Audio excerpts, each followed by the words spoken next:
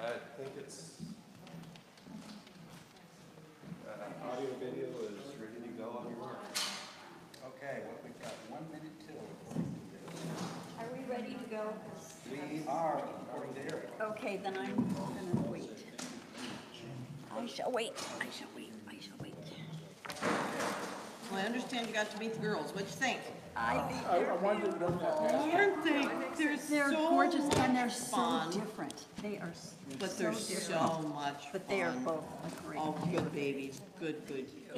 They are Good so babies. sweet. They were both just delightful, just delightful. Kenley is so, she studies people. She looks at you like, I think you're okay, but prove it to me. You know? It's just, And then she gets that little smile. And she starts, yeah, I can have fun with this. You might as well turn it on. Okay, so the microphones are on and the video is going to be recording. You ready? Okay. She's a goer. she's kind of, yep. Kind of my girl. Okay, so somebody has left us another sheet. I told Sarah, I think there is an old soul in her because of the way, no. Revision currently to something in the Number packet. 3 or 4. Just, babies. Okay, sorry. All right, we'll get to treasurer stuff, we'll do something. You know, I'm looking at, she's 701. Yeah, take that from her mom. Okay, it is 7:01 and all the equipment is on. And so the meeting is called to order for October 25th. Board of Directors meeting. Roll call. People are here I didn't expect to see, but I don't know about Sarah. I guess she's gone. coming in the door. Look at that, she's coming in the door right Even now. as we speak. I don't Even know. as we speak. Are we expecting Odell? And Odell is not going to be here. Okay. And I will say something about that during announcements. Okay, agenda. The usual request. Are there any changes? Are there any suggestions? Are there any corrections? There's a Additions? document that everyone has, I believe, treasurer's motion. And so this document is going to supersede the original document in your binder for updated treasurer's motion.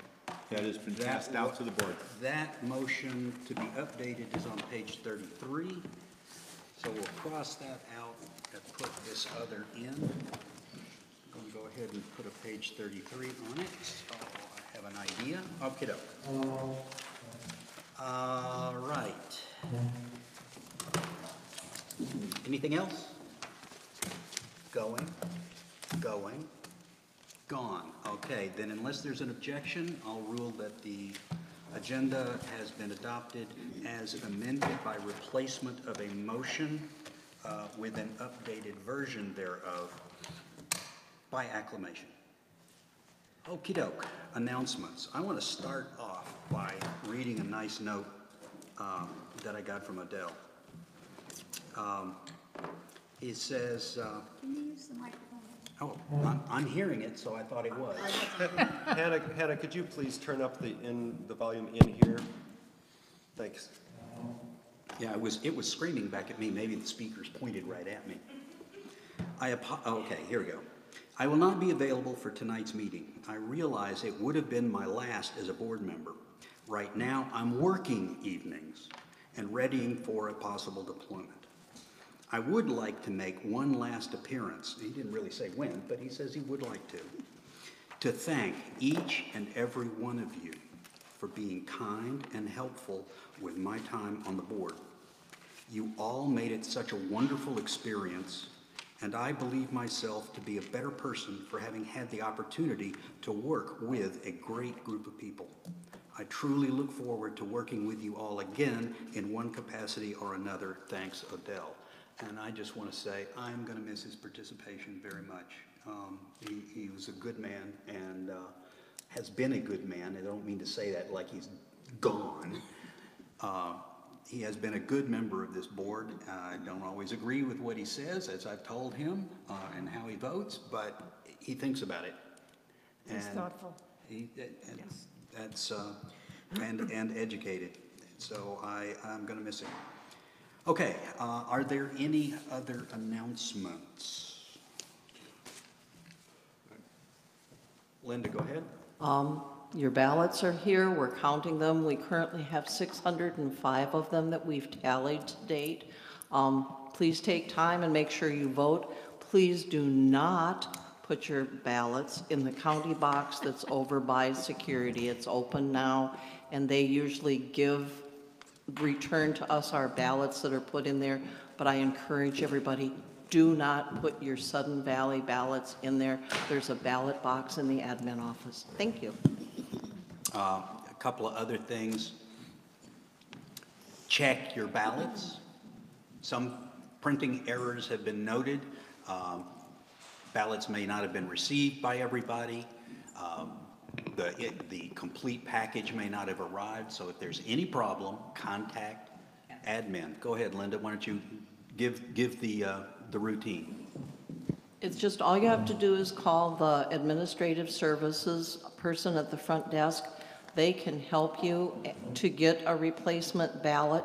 You simply have to request them. You can email admin, and usually that's done through me by bodbradley@suddenvalley.com, and I'll be happy to make arrangements for you to get a ballot somehow. We've only had one person that did not sign their ballot, and it's waiting for them to come in and have signed. But so far, it's been a really, really clean vetting and registering of the current residents. And again, I encourage everybody to vote. The voting is different this year because of Wakaiowa. However, there are items on the ballot, such as candidates, as well as bylaw amendments, that are very important to the Valley. And I know the board would appreciate if everybody vote. Thank you. Any other? Yes, sir. I'd like to thank the members that showed up to our community forums our candidate forums on this past Sunday. It was a really well-attended meeting here. We had around on the order of 80 people here, and I know that we were in the 3 digits for people that viewed on YouTube.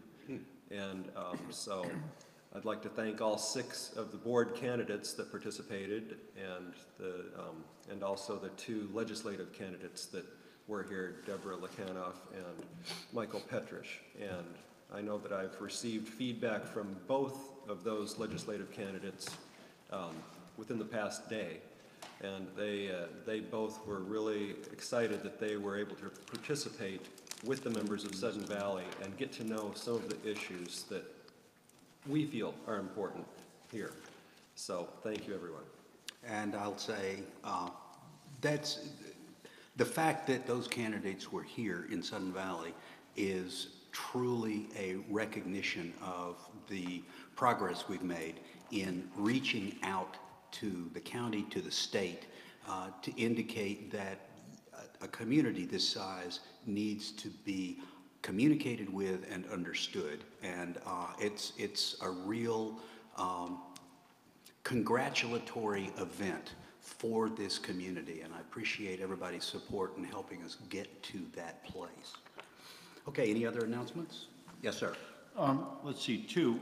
Larry, I believe that we had some drone work that was done over the last week and a half. I haven't received the results yet from the county on doing their work, but I understand that we did give them permission to do it. And then today I noticed that there was a new draft policy on drones. And Eric, if you would like to talk about that. All right, there is a draft policy that if Odell was able to have been here tonight, it would have been on the agenda. He and I have been working over the last number of months. We're both pilots, and he is, I understand, a world-class radio-controlled aviator, competitor. And because we have an airport in Sudden Valley, and there's a lot of people with radio-controlled aircraft or drones in Sudden Valley, there are rules that apply to us here that most people might not realize. Are these federal rules? Federal rules, Thank you. that's right. Federal aviation rules. Now, If I had had more time to, before I arrived today, I would have printed off the draft, but it'll be included in one of the next meetings. But essentially, no person shall operate an unmanned aircraft system or drone without the express permission of the SVCA General Manager. Whether for commercial or recreation, all drone operation must be in accordance with local and state guidelines. All unmanned aircraft system operators must be in possession of a current remote pilot certificate issued by the FAA. All drone aircraft to be operated must be registered with the FAA and have its registration number clearly marked in accordance with FAA guidelines. Further, planned flights must be approved by the SVCA General Manager as well. Any violation of this policy will be first met with a verbal and/or written warning. Any further violation will be reported to law enforcement and FAA administrative offices. And that's the draft. Right, it's not on the agenda, we haven't Right. voted it, it's not But going, that's, we'll discuss it later. That's going to be coming, and I wanted to really appreciate the work that Odell has done in trying to help Sudden Valley establish good safety policy. And that I think it's important for the pilots that fly out of this airport that most people in Sudden Valley might not even realize exists.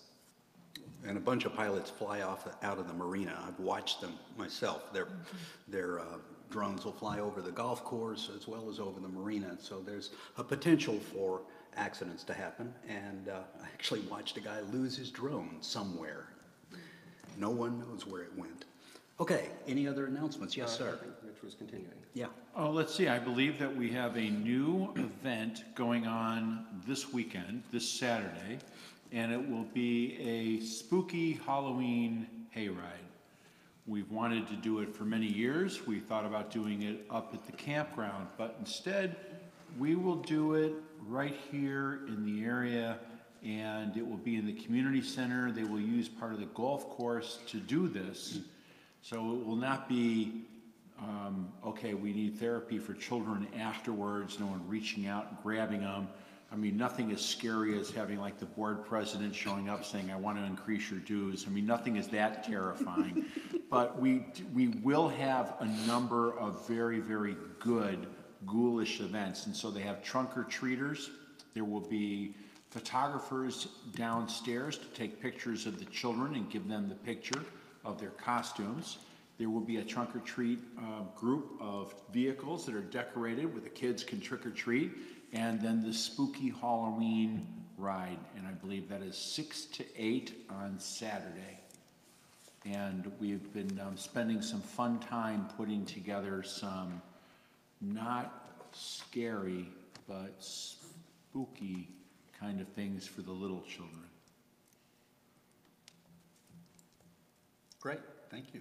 Now, that thing about the board president really scares you. That scares me, frankly. Okay, any other announcements? David, do you have one? For El Agave? For Saturday? Prime rib. Nice job, Leslie. She's a shill for you. It's prime rib night on Saturday, same $18.95. Unless you're senior, then it's $16.95. I believe that starts at 4 and goes till they run out. Cruz always likes reservations so that he knows, how many, whatever pieces of big roast beef he needs for that. Okay, thank you. Yeah. Yeah, one other one that I just remembered. People have been wondering how to get to the Sudden Valley YouTube channel. And this afternoon, Summer was going to be putting a button on the homepage of the Sudden Valley website that would make it very convenient for people to just push a button to subscribe to the YouTube channel or view any of our videos. And since we've been videoing every meeting for a year now, there's a full channel. I think one of the things too that was mentioned is that when we put stuff up sometimes that we're sure that we say whether it's a board meeting, finance meeting, or some kind of special event. It does. Oh, okay, because that was a comment that somebody made, is if we could make sure that it was always done, just because it sometimes gets confusing when you're on there. I know exactly what you're Okay. speaking about. This camera system goes through updates automatically from time to time. And the most recent one happened about 3 months ago. And where we would normally program, we would sit 5 minutes before the board meeting and program it and say exactly what it is and go live. Well, now, it doesn't give us that. Maybe it did tonight, I don't know, it might have upped it, nope. It just simply says, record and go live to YouTube. And so it gives a generic administrative services live stream, and then when I get home after the board meeting, I change it. And so it goes out on the announcement as administrative services live stream, and that's really inconvenient, unfortunately. I'm sure that the camera system will do another update soon and change it back to the right way to do it. But we're a slave to technology right now, and so I have to do a workaround the night after. That's okay, and hopefully people are listening to this and they can at least understand what's going on. Just one quick reminder to folks. If anyone wishes to provide input to the board, all board meetings are open. We have public comment usually at the beginning and the end of every board meeting, as well as there is always available either the general board address, bod@suddenvalley.com, or you can send an email directly to any board member at bod and then their last name @suddenvalley.com. So just to remind folks that we do respond to emails and we do provide an opportunity for everybody to mention any issue of concern to them. Okay, so now let us go to, unless there are other announcements. Okay, seeing none, let us go to member comments and any board response.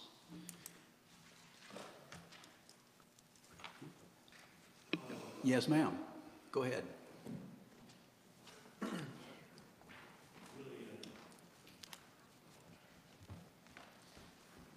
Hannah Elephant, Division 27, Lot 55. I tried to label it tonight, and it went right back to administrative services, so I just wanted to let you guys know I tried. All right, thank you very much.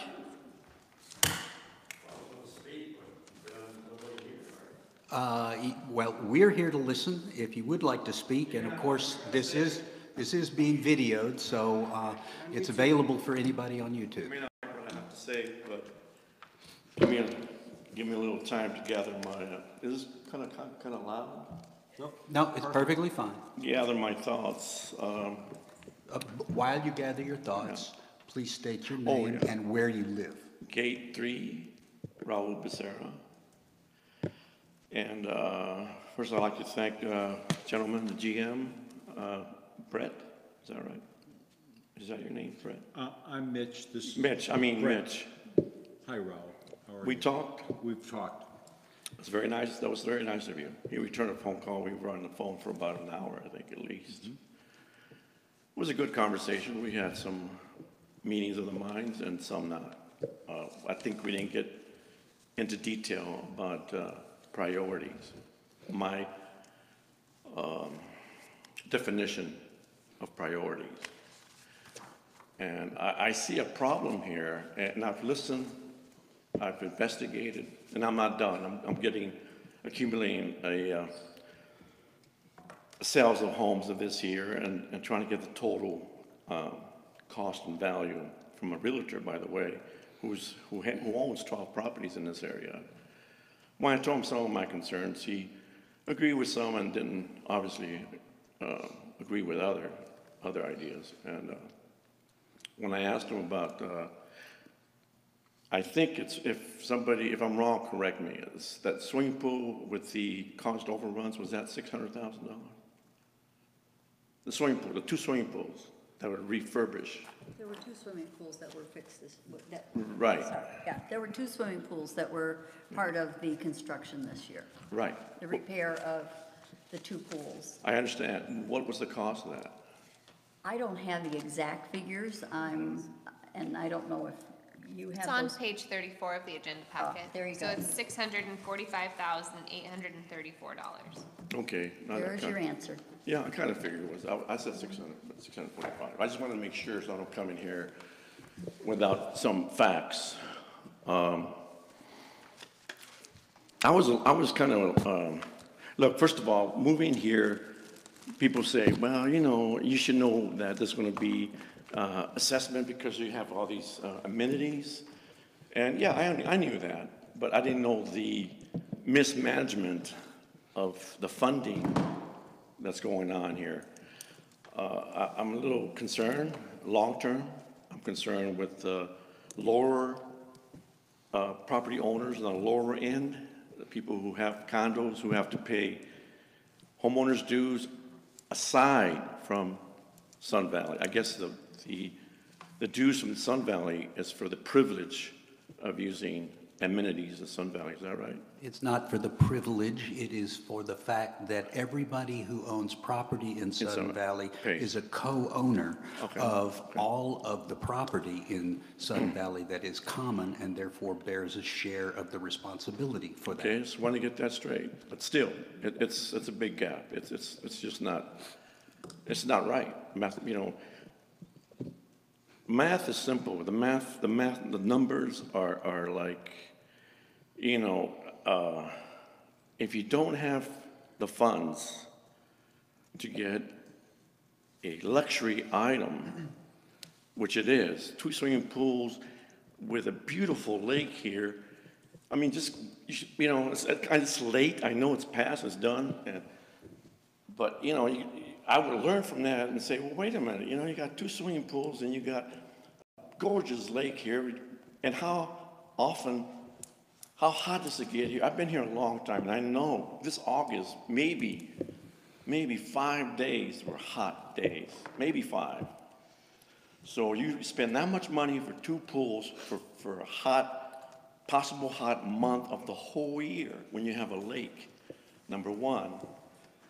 Number two, I would think you could have done a wonderful construction job on the playground, a beautiful playground, a lot cheaper than that. Cover the stuff up, cover the concrete, grow some nice garden or trees, and have a beautiful playground for kids.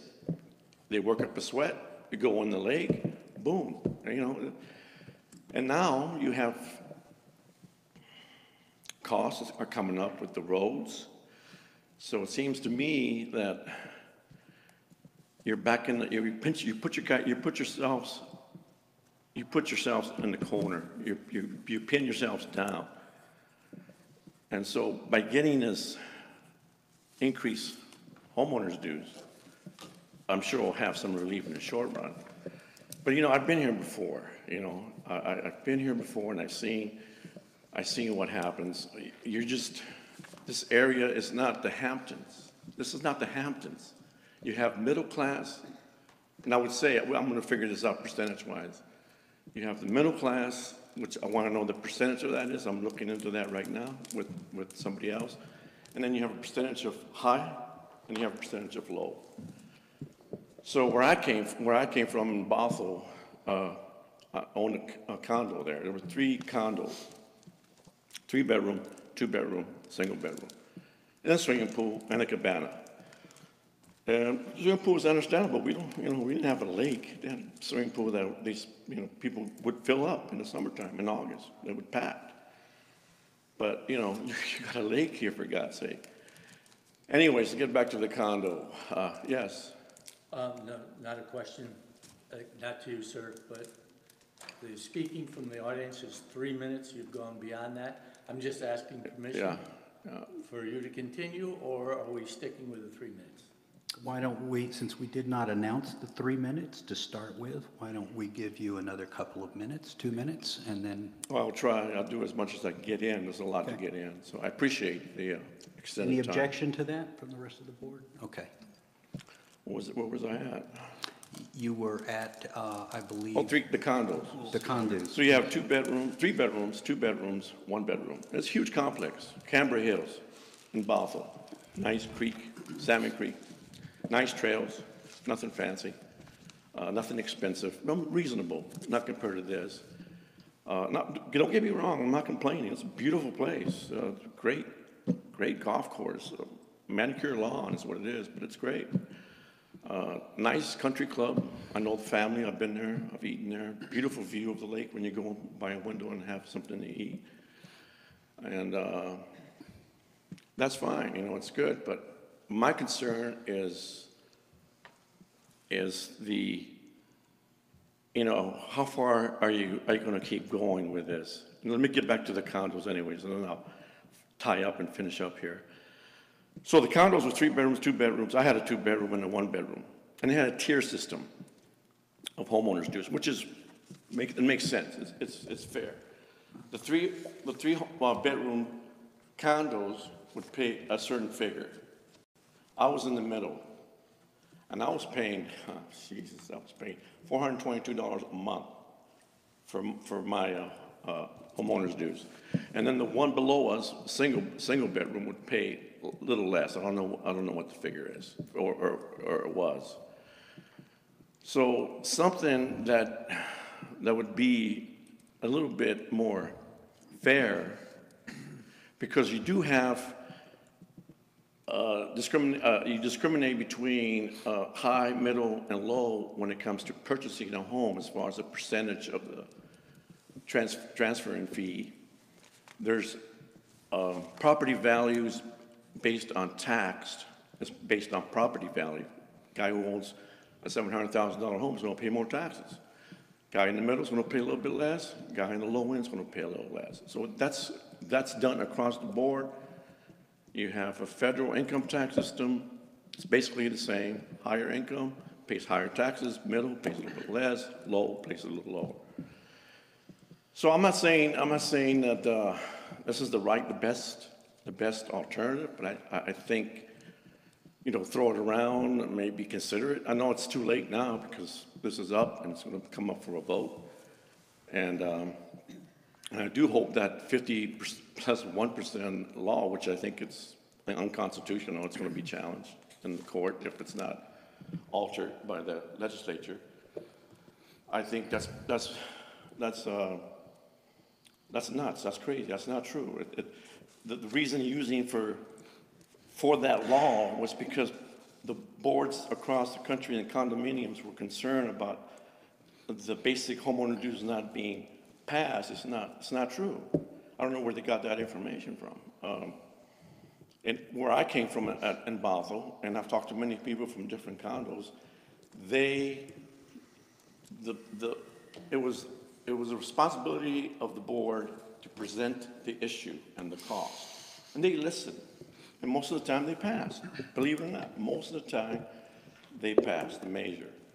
You had a measure here, measure 1, I believe, back in March 2018. The vote was 900 and some to 400 and some, 69% for, and 33 point something against, something like that, somewhere in there. So you don't need to fear you don't need to fear the majority of the majority is less than half or less than even less than half. Majority is the majority. It's applied in Congress, except for a few exceptions, 2/3 of Congress. But most of the bills is by majority. Doesn't matter if it's 20 or 30, it's not half, it's the majority. And also with candidates that run for Congress and run for representatives. Could you wrap it up now? Because it's gone way past 2 minutes. Okay, I just came here, okay. So I'm gonna go now, but I just ask you to give us some thought, some serious thought after this budget is passed or not passed. maybe down the road you can consider that. Okay, just to let you know, boards have attempted to look at Yeah. ways of tiering dues, but we have a serious legal impediment that prevents us from doing that directly. So there was a court case many years ago that addressed that specific issue, and it's very difficult for us to do that. We also have no ability to look at anybody's income. We just can't, we don't have the legal right to ask what people's income is. So that's a problem, but we are not rejecting the concept. I'm just telling you what the problems are. The other point is, and it's not a discussion, I'm just giving you some facts, and then we have a board meeting we have to continue. The other fact is, the legislature controls the statute. We have no input into that. So the legislature told us what we had to do, and so that's what we're going to have to do. So, Well, I know Bothell did it, and as far as personal income stuff, it's got nothing to do with income. It's got to do with property value. That's accessible. That's public. that is public, yes, Yeah. that's a possibility. Anyway, it's possible. Anyway, If you want it, it's possible. It's great, possible. thank you. Thank you. Okay, any other homeowner comments? Board comments? All right, let's move to consent agenda. Are there any corrections or changes? Yes, ma'am. Yes, I do have two small changes I'd like to put on record. Other than that, I'm quite happy with them. Okay, which On one? the April 21st minutes of the special general meeting, So that would be, It's not on there. oh, April we don't have 21. these in the, you yes. don't have them in here, so I'm only going to speak to them so that they can be recorded and corrected if you feel we can move forward, and I think we can. But on page 2, under 5, new business, the next to the last paragraph, line 2 says, approve an operations special assessment for 60, and then in parentheses, it says 6 instead of 60. I think that should be corrected so that it matches with the word. Yes. Okay, so that was one small one. And then the next one is on August 23rd, on line 37, number 4, committee. The word committee in the title is misspelled. It should be C-O-M-M instead of C-O-I-I. Or M-I, whatever. That's it. Other than that, I would move that we approve the consent agenda with those corrections. Are there any other suggested corrections? Okay, all right, so that motion to correct and to adopt as corrected the entire consent agenda has been made and seconded. Boy, that's a weird-looking critter. Okay, is there any need for discussion? Then why don't we just say that that is accepted by acclamation as amended? Okey-doke. General Manager's report.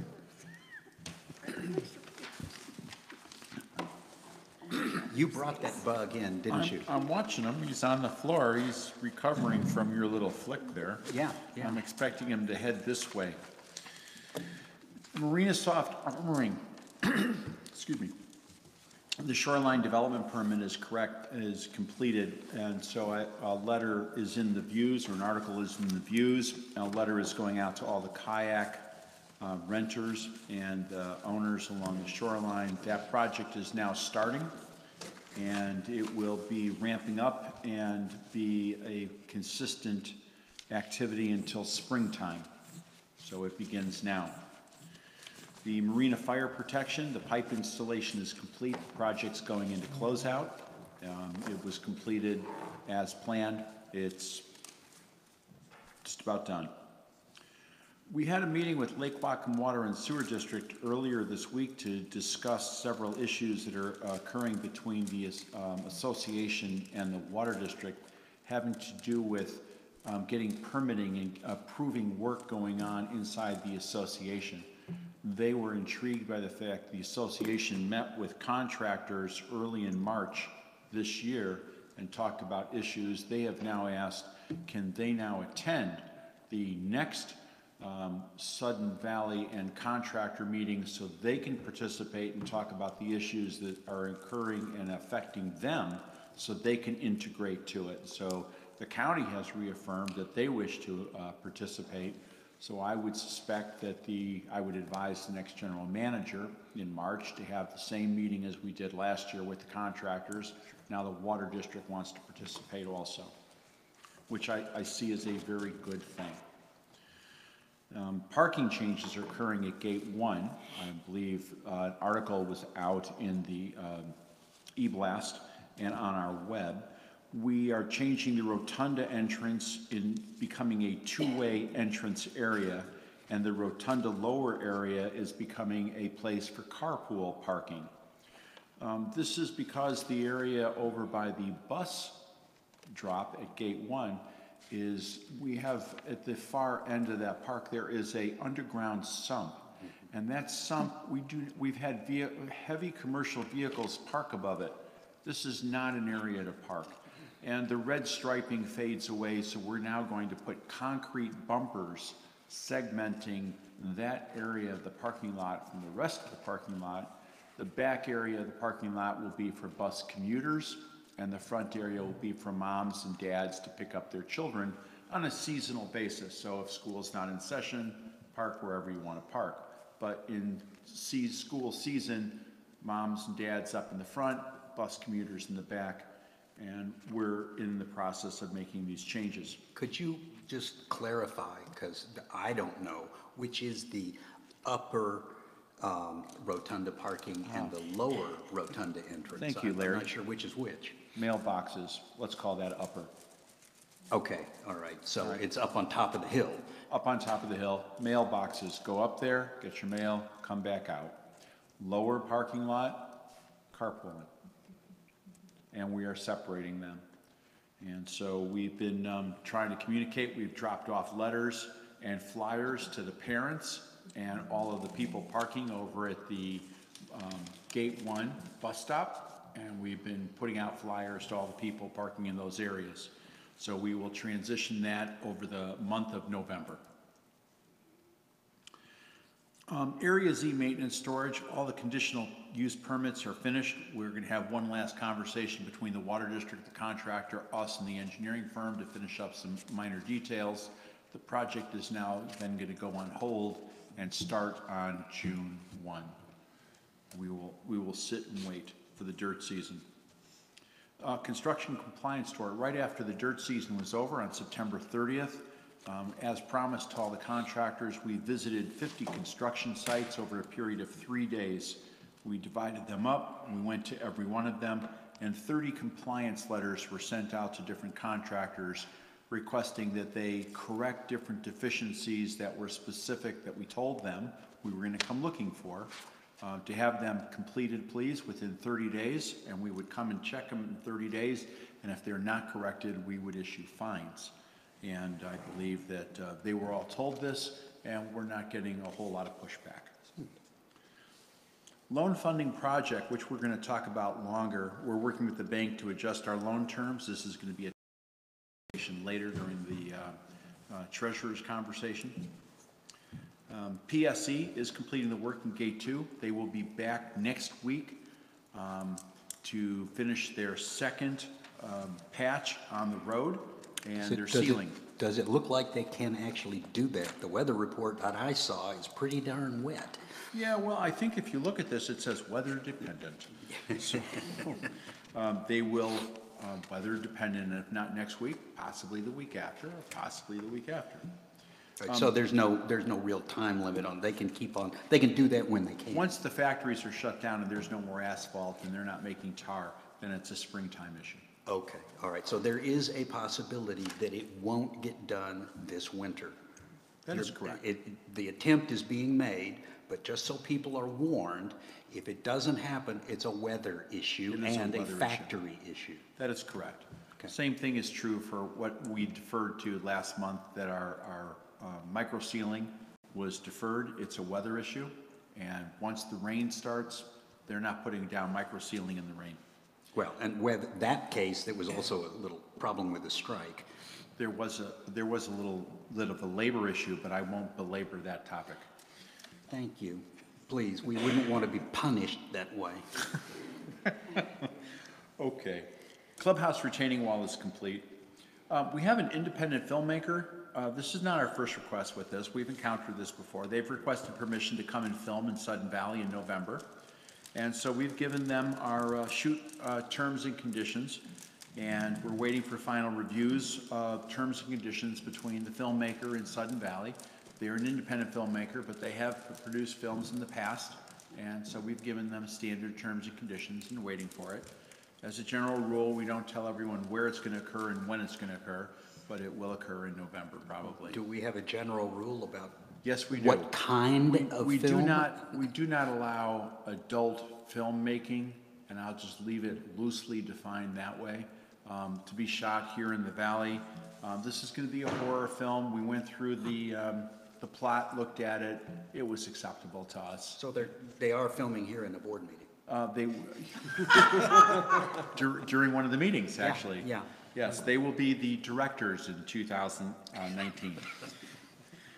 We are initiating a new action here, initiating a court foreclosure action on one owner that has 6 lots. They owe the association $60,000. Person's been very evasive. We have attempted to work with this person on several occasions, and they have been extremely evasive. And so we let them know that the time is at hand. We can settle, or we'll foreclose. Ma'am. I have a question about that.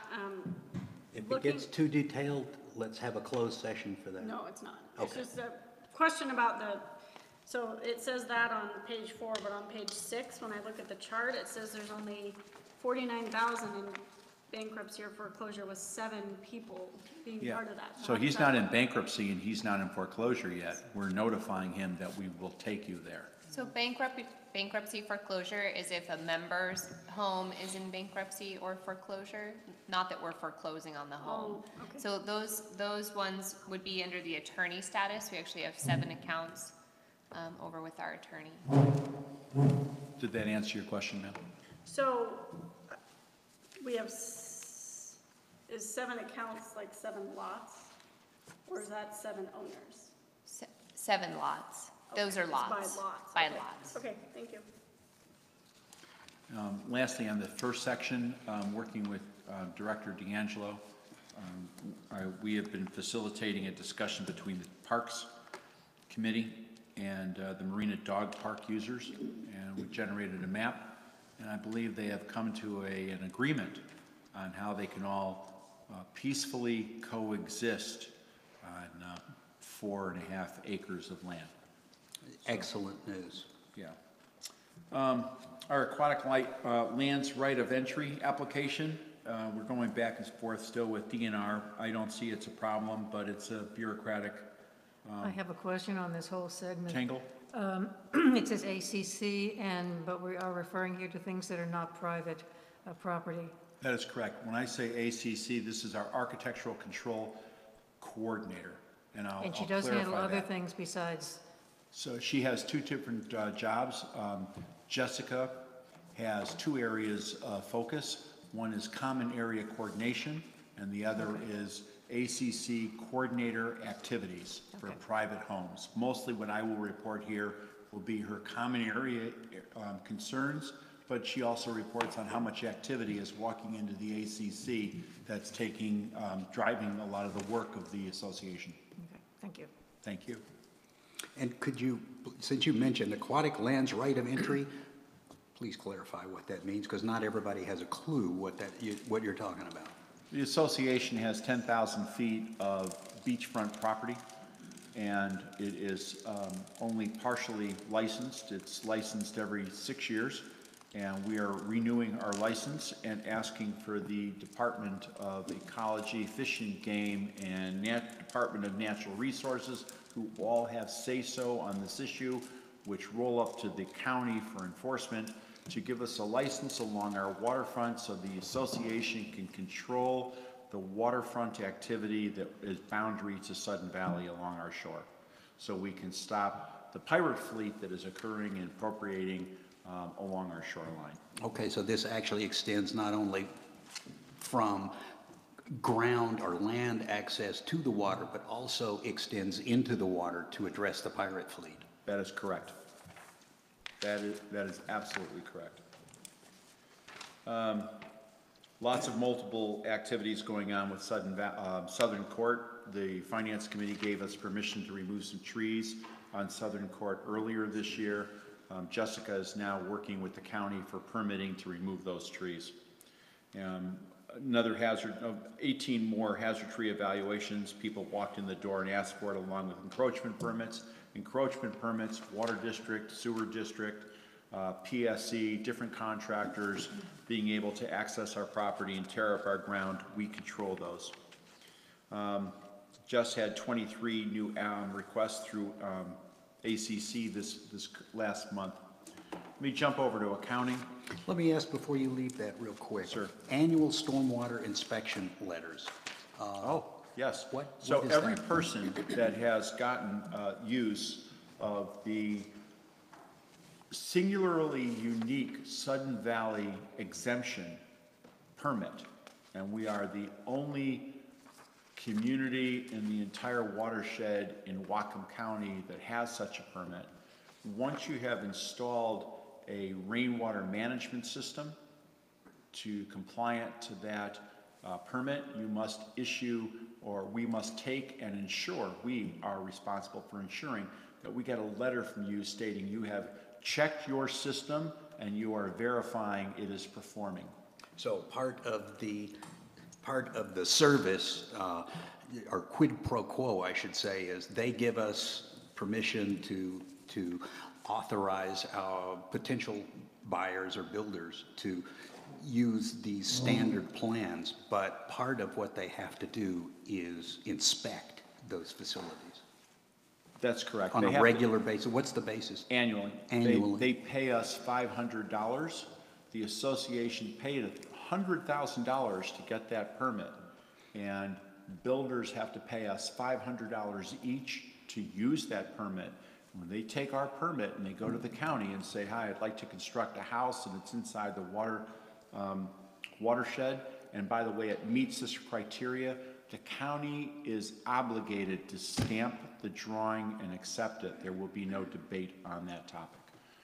Whereas every other community, it's like, well, I'd like it to be green, I'd like it to be blue, I'd like it to be orange, I'd like it to be up, I'd like it to be down. We do not have that issue. I guess. But they must annually verify. That, to me, is the important They must point. annually verify that they've checked their system and it's in compliance and it's operating. The county is very likely to be increasing those requirements down through the years. Other members of the association may become subject to that, which they're not subjected to now. Not here. We have a locked-in agreement. Well, we have a locked-in agreement, but I'm talking about the pre-existing ones. Don't have any. That's correct. Don't have any inspection requirement, and that may be coming from the county because they're required to do more and more over time to reduce the amount of phosphorus going into the lake. And that is one of the ways that they can do that, is to ensure that your rainwater management facility is actually performing in the way it was designed to perform.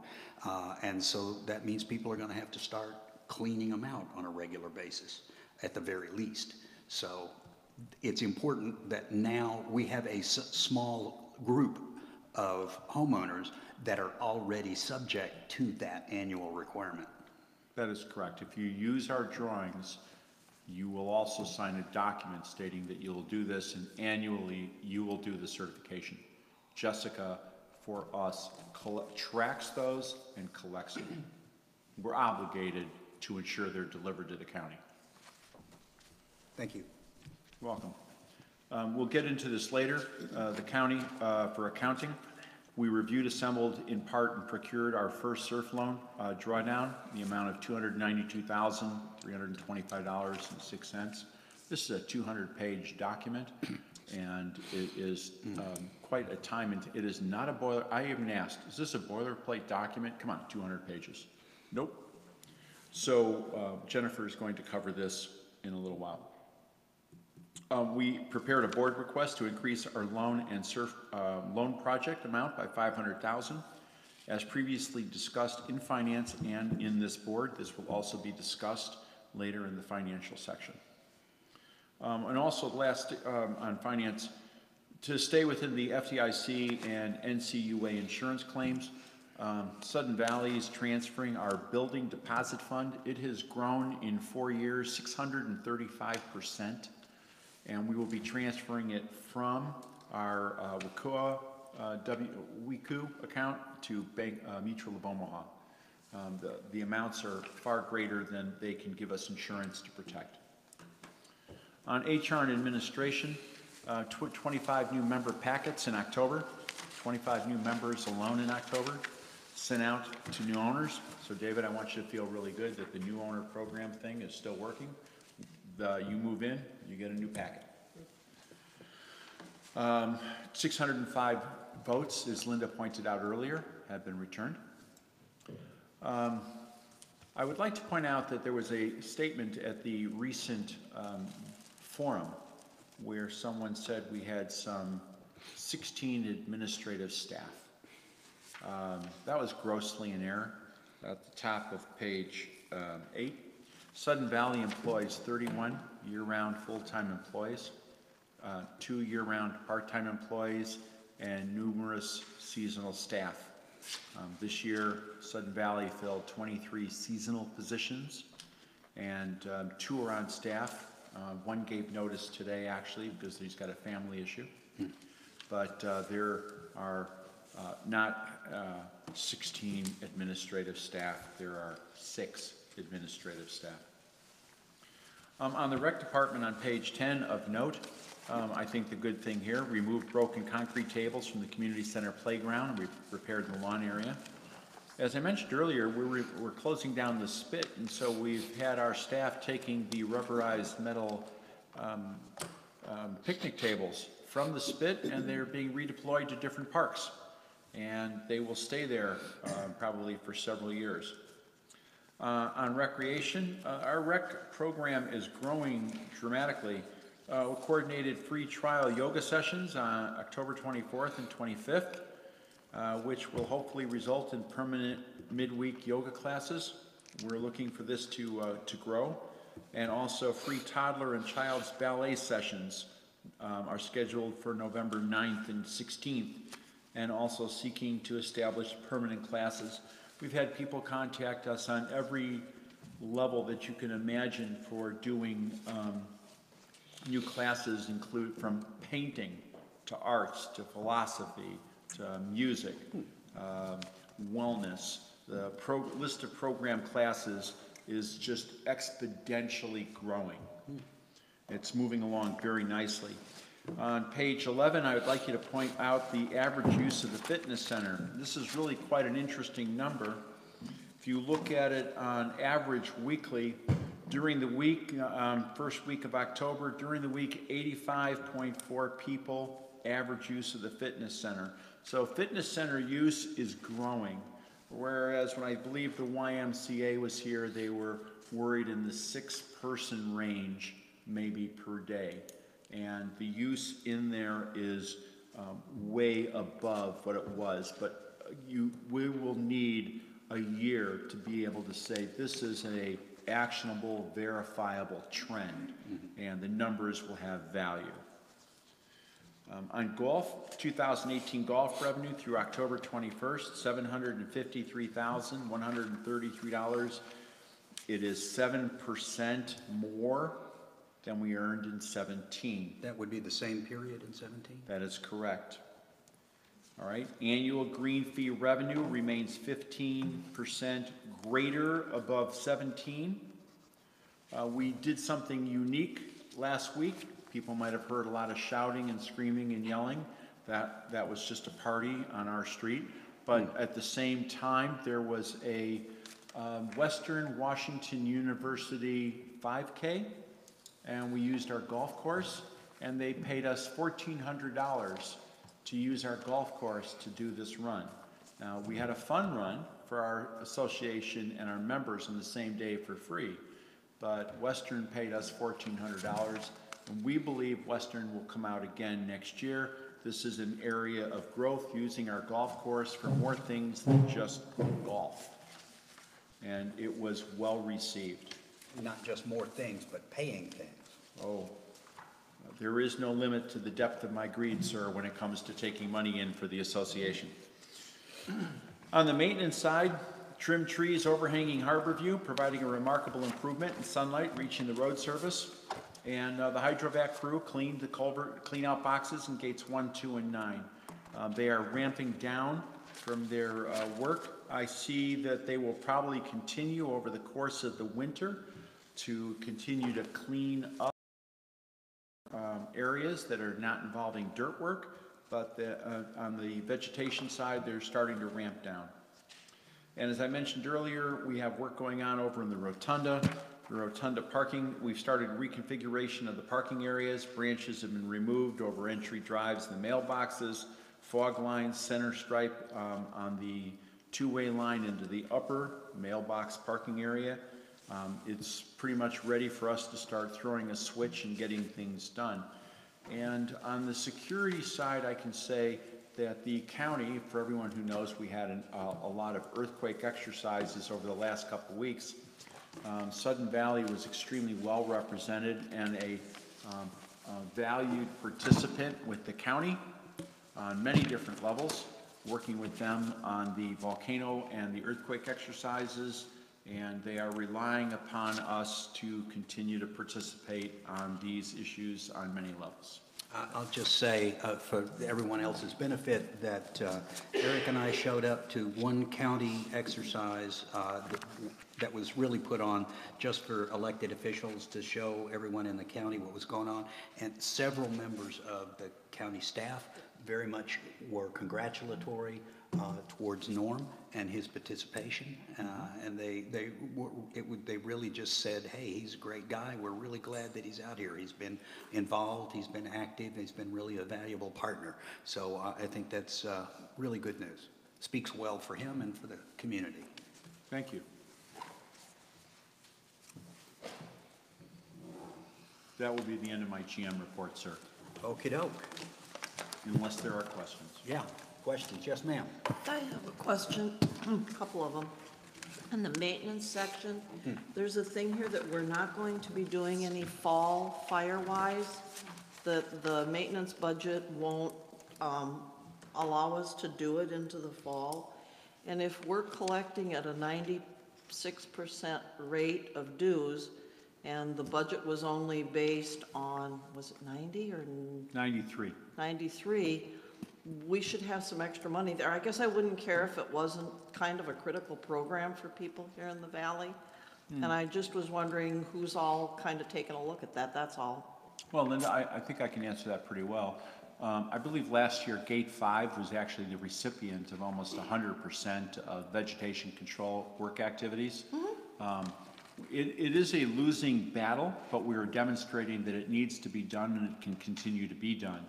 We may be collecting the funds, but they haven't been designated, and we have designated Firewise money in next year's budget for operations. And I believe that it is not in our best interest right now to go ahead and initiate new actions for a month-long activity that we have not been budgeted for, because we have no idea what our storm season is at this time. Okay, but next year, then I guess I would clarify, because I don't think it was specifically said that the budget next year will include a spring and a fall Firewise program? No, actually, it only includes a spring program, Jennifer. Okay. Yeah, it only includes a spring program. I have to say that I would be advising my replacement to now begin the process of annual, year-round Firewise cleanup. I believe that we are financially well and stable, and this now should be supported on a year-round basis. I will not be in that position next year. However, if I was in the position next year, I would probably be advocating now putting 2 people on that full-time. I just was wondering, like I say, I think it's a really important service to the valley to help people get their stuff out of here. We all live with a lot of stuff. I took Jennifer's advice, and I do most of my branches through the sanitary service now. But there's a lot of people that still have stuff that I think that if they could take it to Area Z and we had time set aside, that it would be advantageous to the community. Yeah. No one disagrees. Okay. We like it, and I think we've now been doing it for 3 years. It's now time to truly launch the program. You have more questions? I think we'll do it. Any other questions? All right, then let's move on to the treasurer's report and any necessary voting. The September 19 minutes were approved by the Finance Committee and have been posted online and as submitted. We have a number of capital requests tonight. I was not at the last finance meeting, so I'm going to have Eric present the first request in as much as he was chairing that particular meeting, and with any help from Jennifer and Mitch on that. Thank you. Go ahead. Did we approve the minutes? Yeah. They're just submitted. Okay. The 30 Fairway Lane drainage repair funding request, did you want to speak to that at all? If you ask me to, yes, I would. Well, I would move that, or the Finance Committee has approved recommending that the Board of Directors authorize $36,465 from the roads capital account for the 30 Fairway Lane drainage design project. Is that a motion? That is the motion. Yeah. Motion for that request made and seconded, so why don't you go ahead and do an explanation of it? This is an emerging project. This was not identified on the 10-year plan. This was a problem that was brought to the association by actually the homeowner. The homeowner has a growing pond in their front yard. The pond that's growing happens to be growing, and it is below the inlet of the existing drainage for that street. And this is not the only one that's probably developing in this neighborhood. We're going to have to change the configuration of the drainage in this neighborhood and install a new 12-inch culvert underground. And we're going to have to verify, and I did not modify this, Director Trower, as discussed at Finance, to have them validate that they will be approving the closest drain line crossing Fairway is actually working. I did not update this. It was a requirement, and I think it's a fair requirement. All right, so where should we consider a motion to amend this?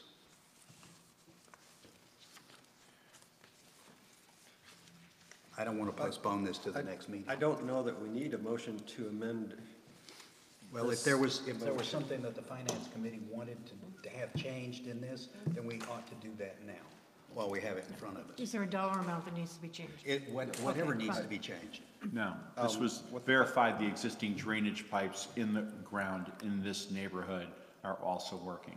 Okay, verify existing drainage.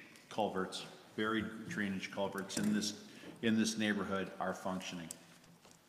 Culverts in this neighborhood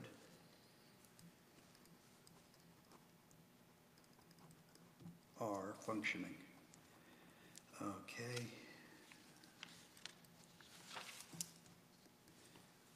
Whose motion? Okay, so let me see here. I'm going So, to Larry, let me if see you- where it should go. I want to put that, the request is for $36,465 to fund the design in, and request includes a 10% contingency and verification. My understanding is that the motion is the recommendation on the bottom down here, and then you Oh, could just say okay. "and." Okay, then, Verify. all right, thanks.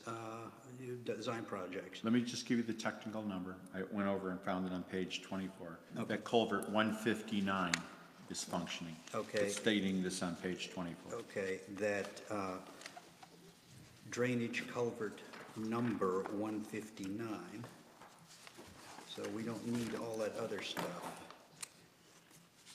All right. And you're suggesting, oh, I know what Add else. it to the end of the sentence. Yeah, okay, down by the recommendation, I'll put in the word also, comma, verify, all right. Who So has made the motion? the motion should be, I guess I'll make it go ahead because I've been Okay. writing this down. I move to amend by adding the following sentence at the end of the recommendation paragraph. Also, comma, verified drainage culvert number 159 is functioning, period. Second. Moved and seconded. Do we need to discuss that? Okay, then let's go ahead and vote. All in favor of the motion to amend, please indicate. All right, that's unanimous, so that is a change. Okay, thank you, sir, for bringing that to our attention. 159, which is the end of the street. You have a question here, sir? Yeah, now we're back to the main motion, okay? Well, I want to ask a question about the amendment that we just had. I guess maybe I wasn't reading the report from Wilson correctly, but it seemed to me that they identified that culvert as being at a level that was not sufficient.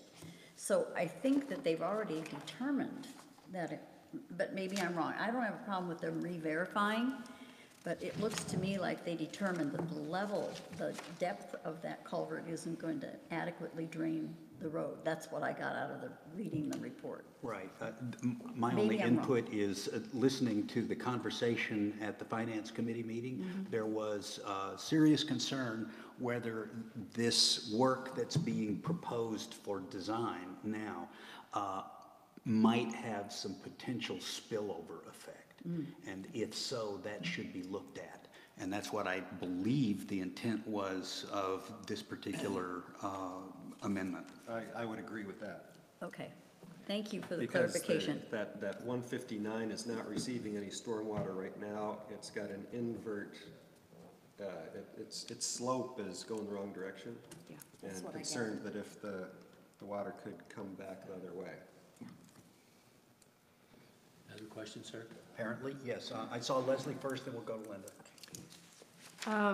Living right at that corner, I'm also aware that the culvert on, if you're looking at the map here on page 26, the culvert on the left-hand side of the road fills up with water in heavy rains and does not drain.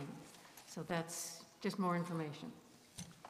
There is an overall drainage problem over there. 30 Fairway brought the problem to our attention. Yes. And so you'll notice this design was a fast design put together by Wilson on our emergent plan. They didn't run cameras in and do full topographicals. We're going to probably find ourselves in a little bit of a hornet's nest on this one. Yeah.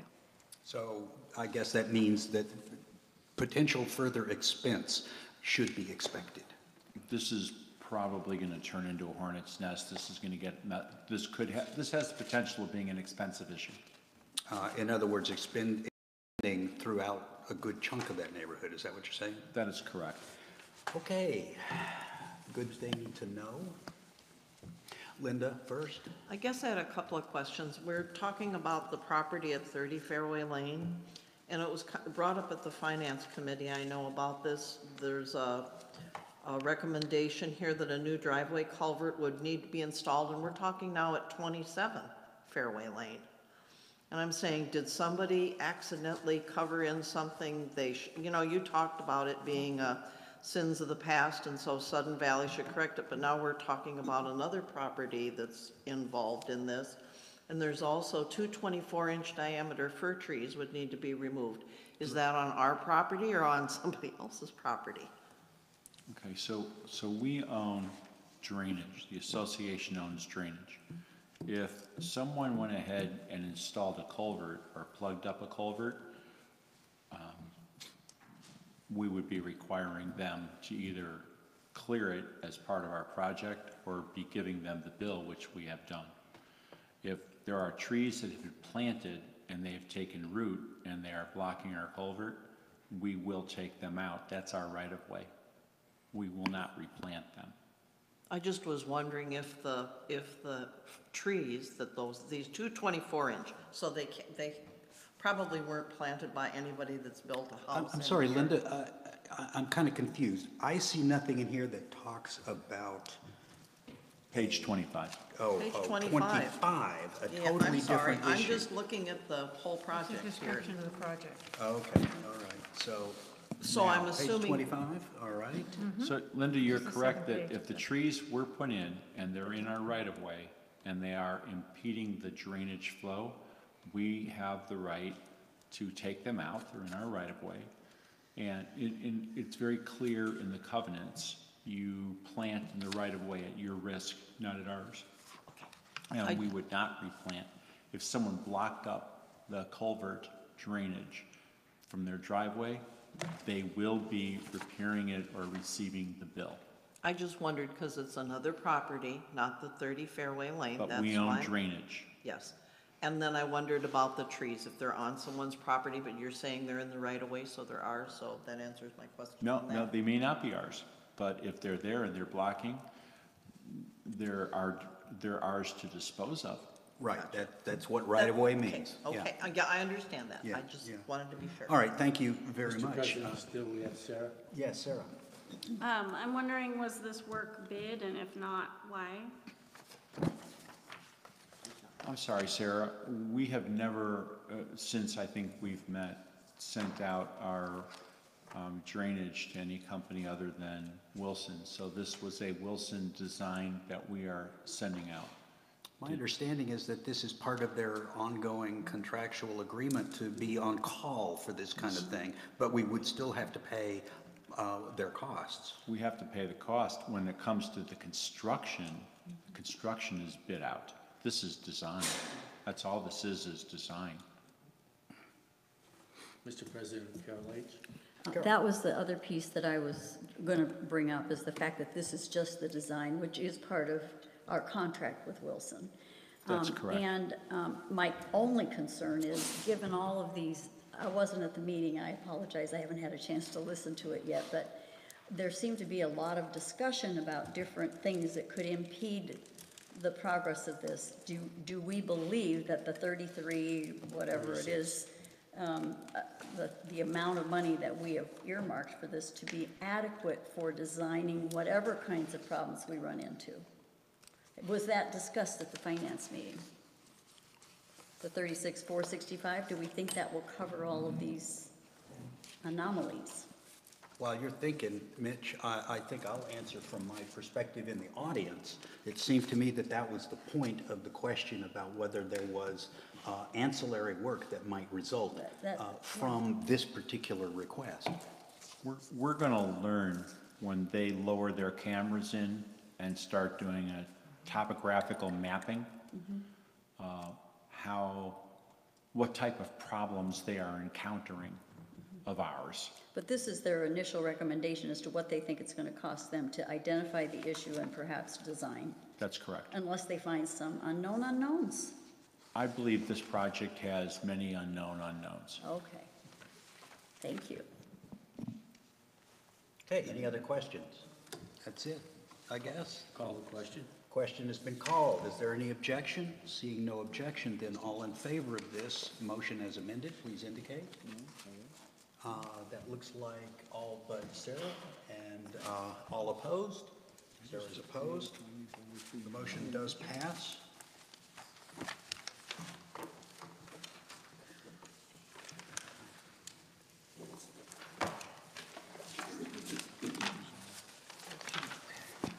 Thank you for your assistance.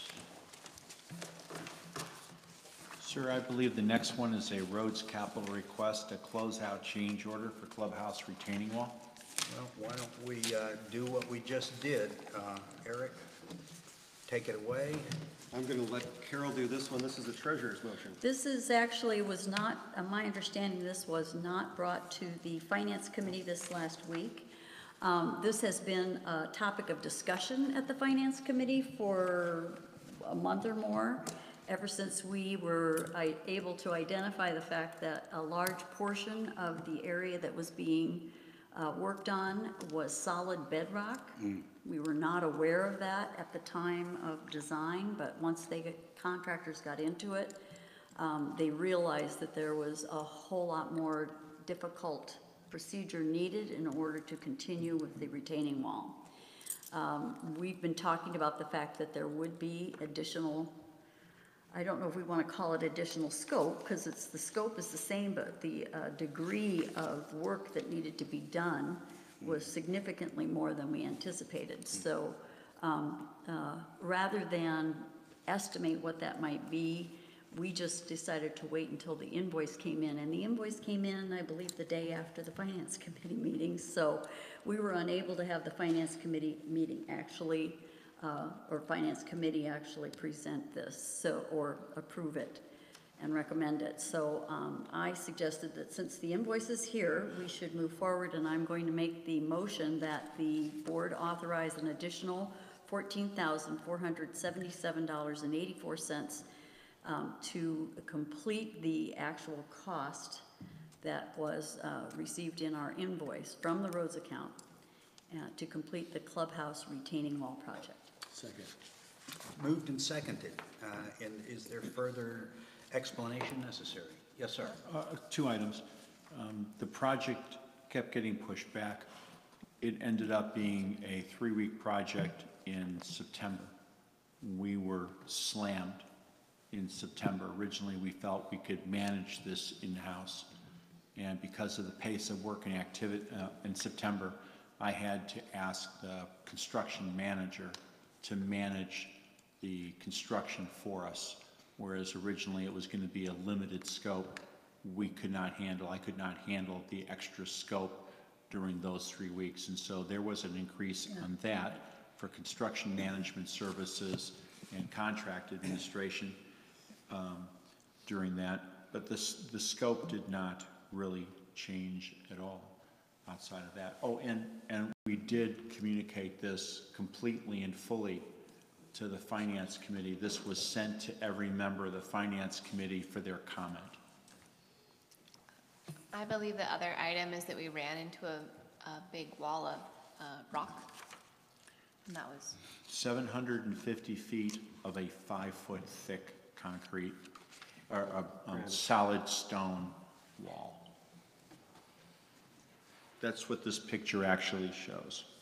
Underneath the plastic, That's apparently down at correct. the bottom. You can see the stone, the length of this wall. This wall is 1,000 feet long, and you can see the exposed stone almost the entire length, 3/4 of the length of the wall, and you can even see it extending below where there's some dirt, and then the rock still was there. They had to stop, change equipment, and bring in a much bigger piece of equipment to start chipping this rock away. So if you hear someone say, we're going to be liquefied, don't bet on it. This thing is solid rock. There at the clubhouse. Yeah. Okay. Further discussion or questions? Yes, ma'am. I've just got a couple of things I'm curious about. When we started out with this retaining wall project, it started out at $73,000. This is like double that and then some. And I guess I'm wondering, was the contingency on this project all used up before you asked for this $14,000? Because sometimes we talk about the contingencies. 100% of it was used up.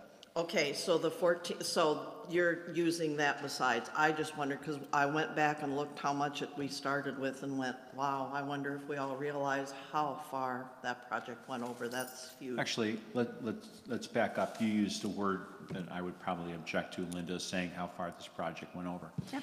If you remember, one of the estimates that we got back was $250,000. And so we fought that scope of work back down. We thought we could do this with a ready rock poured in place, a ready rock placement. We tried this many different ways, but at $250,000, it was a dead deal. We weren't going to be able to do it. So I don't agree with your statement, and facts would not support saying that it went over. What we had to do was completely rescope the job 3 times from the initial plan. And it kept going up, and we kept coming back down with a different way to approach it. So at the end, instead of putting in block wall with Ready Rock, Mike, which we talked on, we ended up going with a poured-in-place reinforced wall. But no one anticipated a 70 or a 750-foot long rock wall. Well, at least we understand why all of that, the rotting railroad ties have held stuff in place for all these years. It's just my point. Ma'am, on that, we agree. You know, my point is, I think everybody needs to remember that because it's money that was spent. And I do remember you talking about there being different plans for that and that there were problems with it. I don't know that it was ever discussed how much the other was. The other thing that I was curious about is you had mentioned in a memo that there needed to be some road work done or something, asphalt work. Is that included in this total? It is. So Okay. Director D'Angelo walked the job with me as they were finishing up pouring some of the concrete. They brought in some fairly heavy equipment that they did not expect to have to put on a pathway in a golf course. Designed for golf carts. Yeah, they brought in some much heavier hydraulic equipment. So the scope called for patching the golf court path, and Director D'Angelo, being a person who's been in the asphalt business for a while, that guy, the superintendent for the company, said, we'll make you an offer. How about we don't patch it? How about we pull up all of the blacktop? We will cut down to grade and we'll pull up all your blacktop and we'll put a whole new blacktop path down for $2,000. And I believe Director D'Angelo just leaned in and whispered, saying, take the offer. I just It's wanted to included, it is included in here. Would that be a close quote, sir? Yes, sir. I just wanted to make sure, because I know you mentioned that there was still They some work to tore be it up. done. Okay, just wanted to make sure everything was included. Yeah, so I guess for my benefit, then this is closed. This is all that we're expecting. It says it's a closeout change order. Mr. President, Carol H. Carol? I wanted to go back to the whole idea of it initially started out at this amount. This is just like what we just talked about at 30 Fairway Lane. Anytime we begin a project, it's an estimate. And it's an estimate until we get somebody to come in, design it, and bid it. And right from the get-go, we could see 73,000 or whatever it was we had set for this was going to be tough. Because all of no matter what we looked at, unless we had a couple that were less, we thought, but once we looked at how it was going to be effective, it wasn't going to work. So, yes, our initial estimate was just like our reserve study. Everything in our reserve study is way low compared to what it actually costs us to get it done.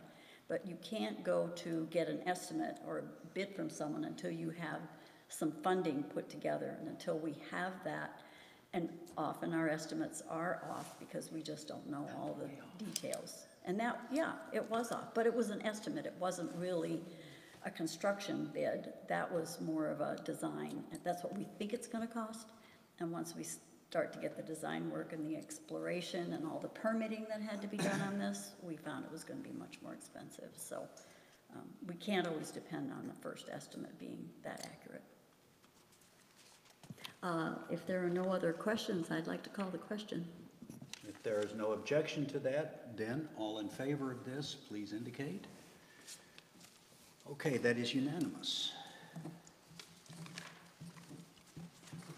I'd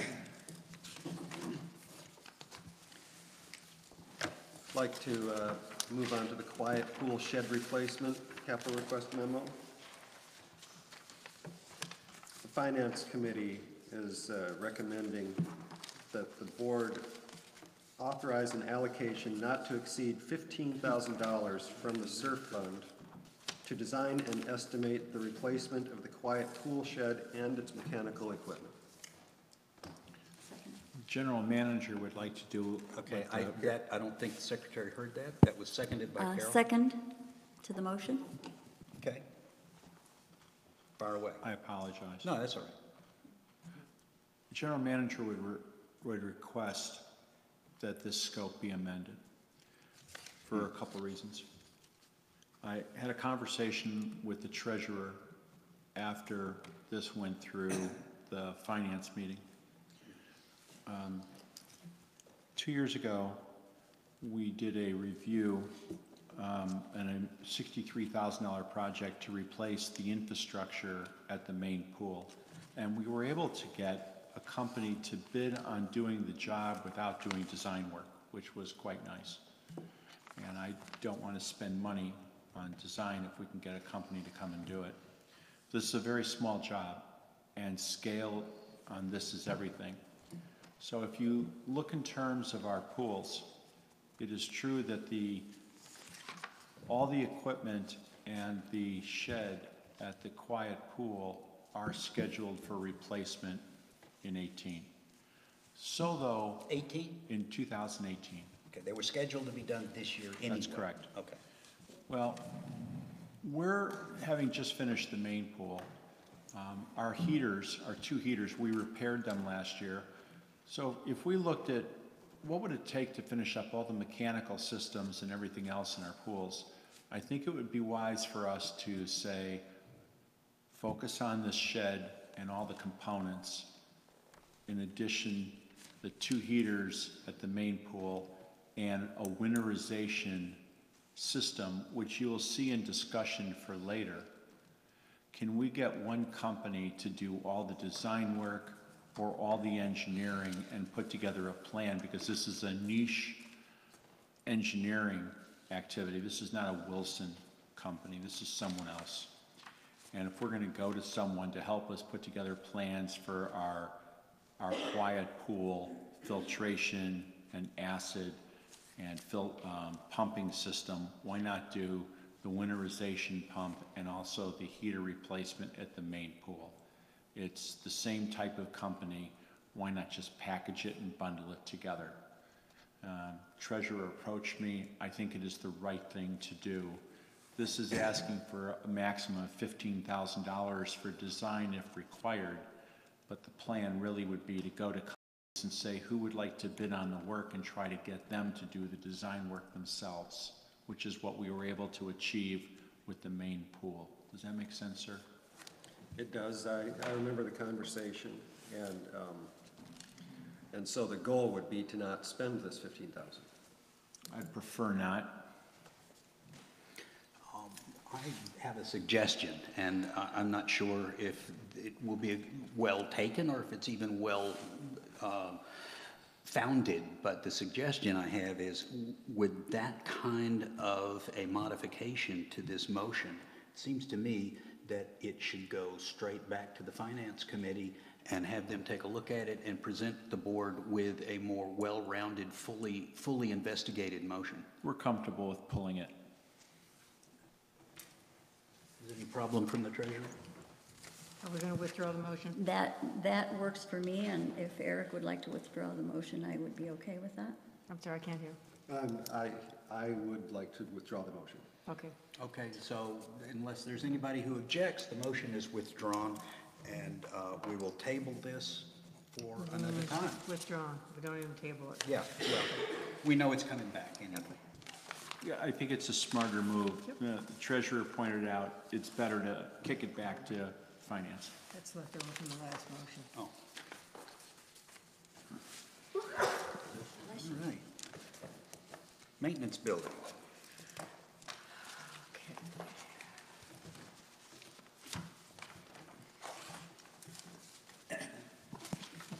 So this again did not go to the Finance Committee, and I had a conversation with the general manager about this. This is an emerging issue, and we do have things in our SURF budget for emerging issues.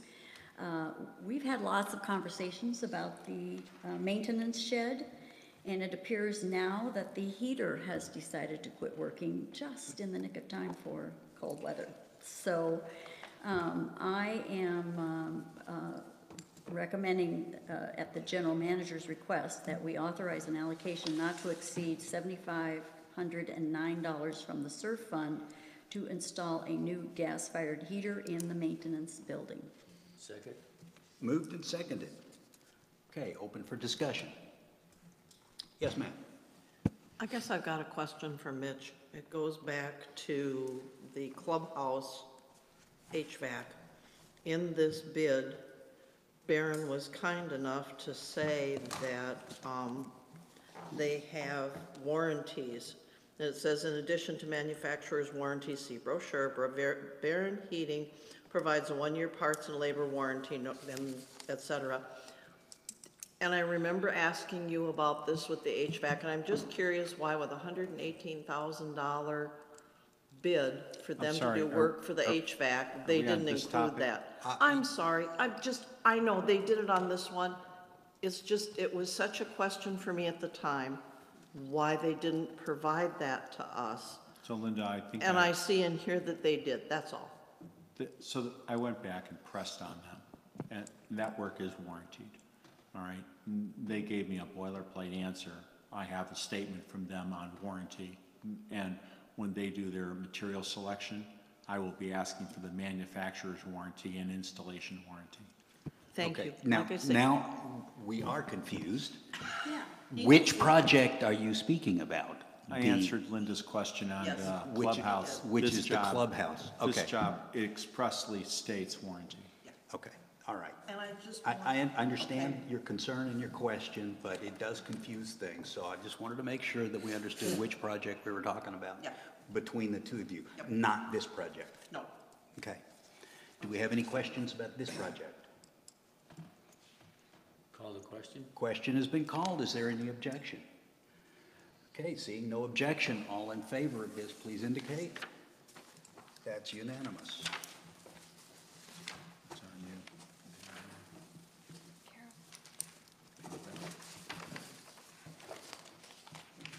Next item is, sorry, the next item is regarding our budget and an update. And you have been handed out a replacement and updated treasurer's motion to the board that I am going to officially ask Ashley to attach as part of our minutes here. But I'm going to just read the first paragraph. As requested by the SVCA General Manager, I move that the Board of Directors approve the following updated budget for the surf loan construction projects. And then if you will note the rest of the information on here, that would be all part of the motion. Second. Thank you.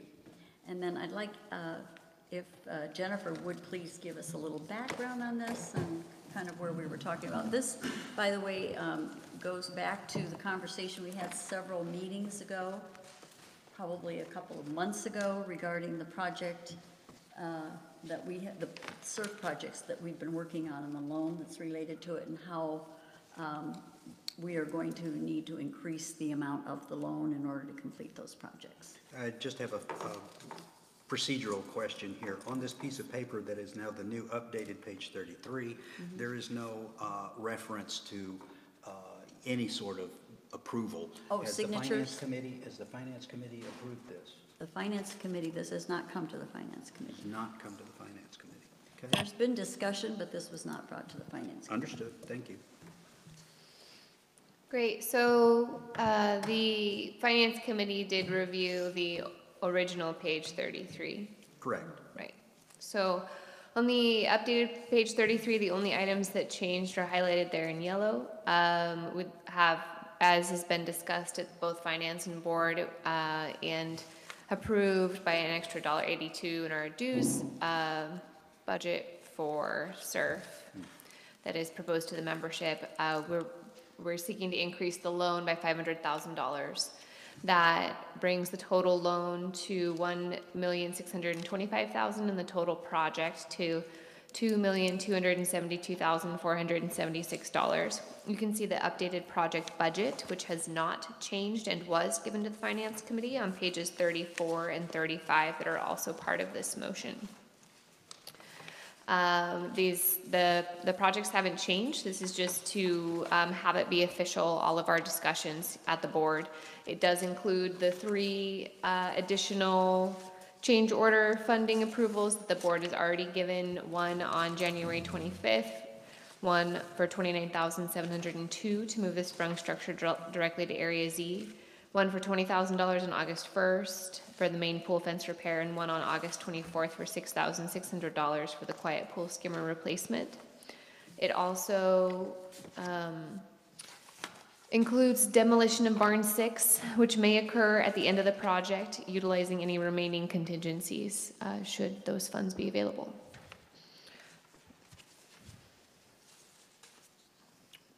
Okay, are there any questions? This was moved and seconded, was it not? Yes, it was. Yeah, okay. I have a question. Yes.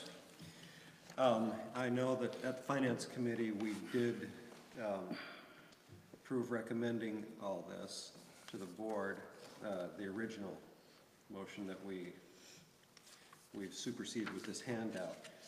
Is the only difference, because I'm familiar with the original one, is the only difference between the original and the updated one, the highlighted portion? Correct. The highlighted portion is the only difference. Okay, thank you. The bank has changed their, some of their internal policies with how funds are dispersed. And so we just want to make sure that we get the best value for the association when we get the funds dispersed to us. I like this new version better.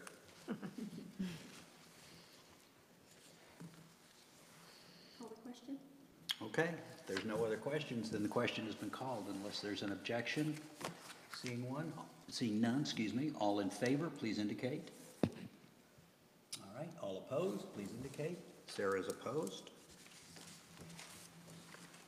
So that is approved.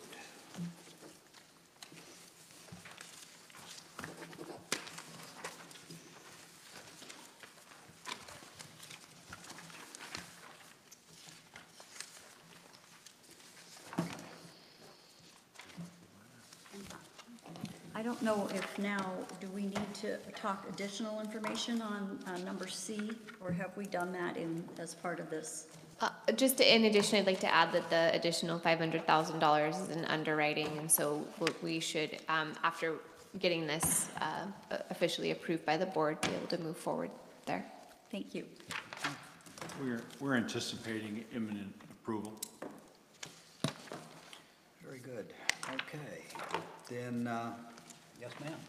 Next item. Yes, the next item is that we have sent, I don't remember whether we discussed this or not, but we have sent out letters to 3 different audit firms, CPA firms, for auditing our 2018, 2019, and 2020, hopefully.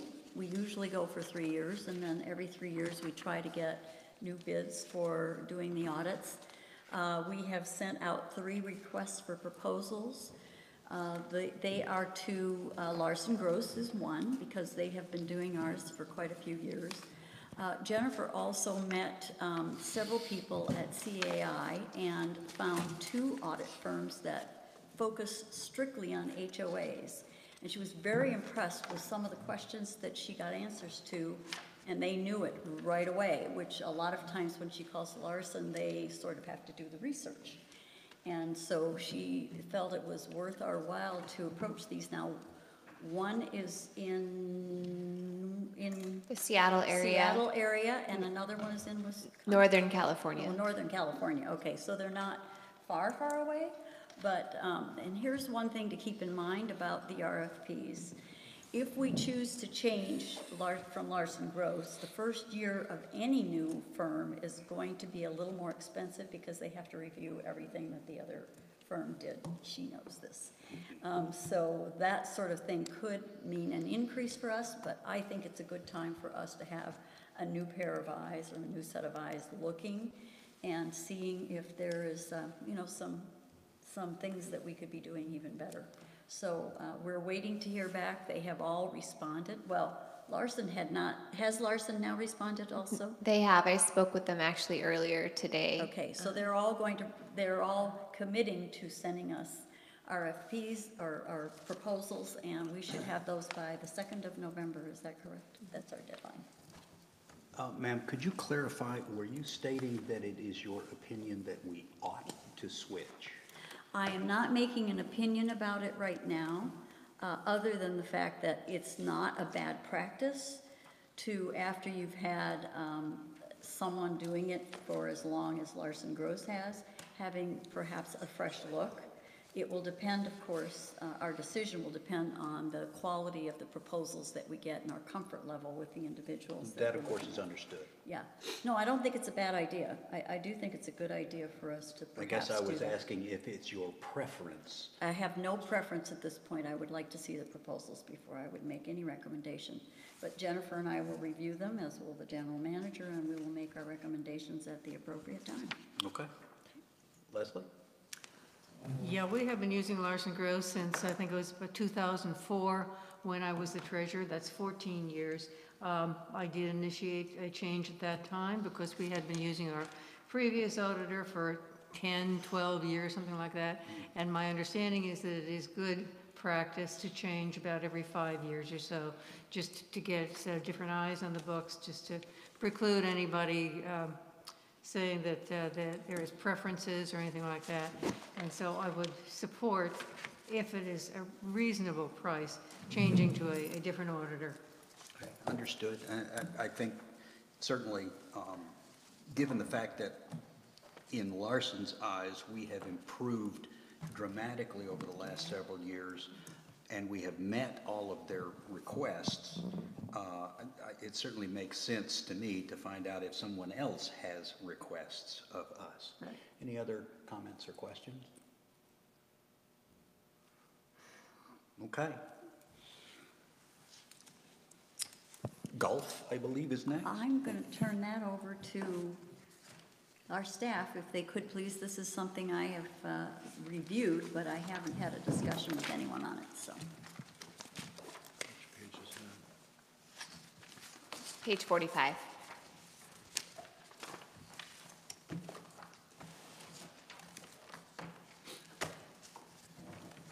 Good evening, I'm Brian.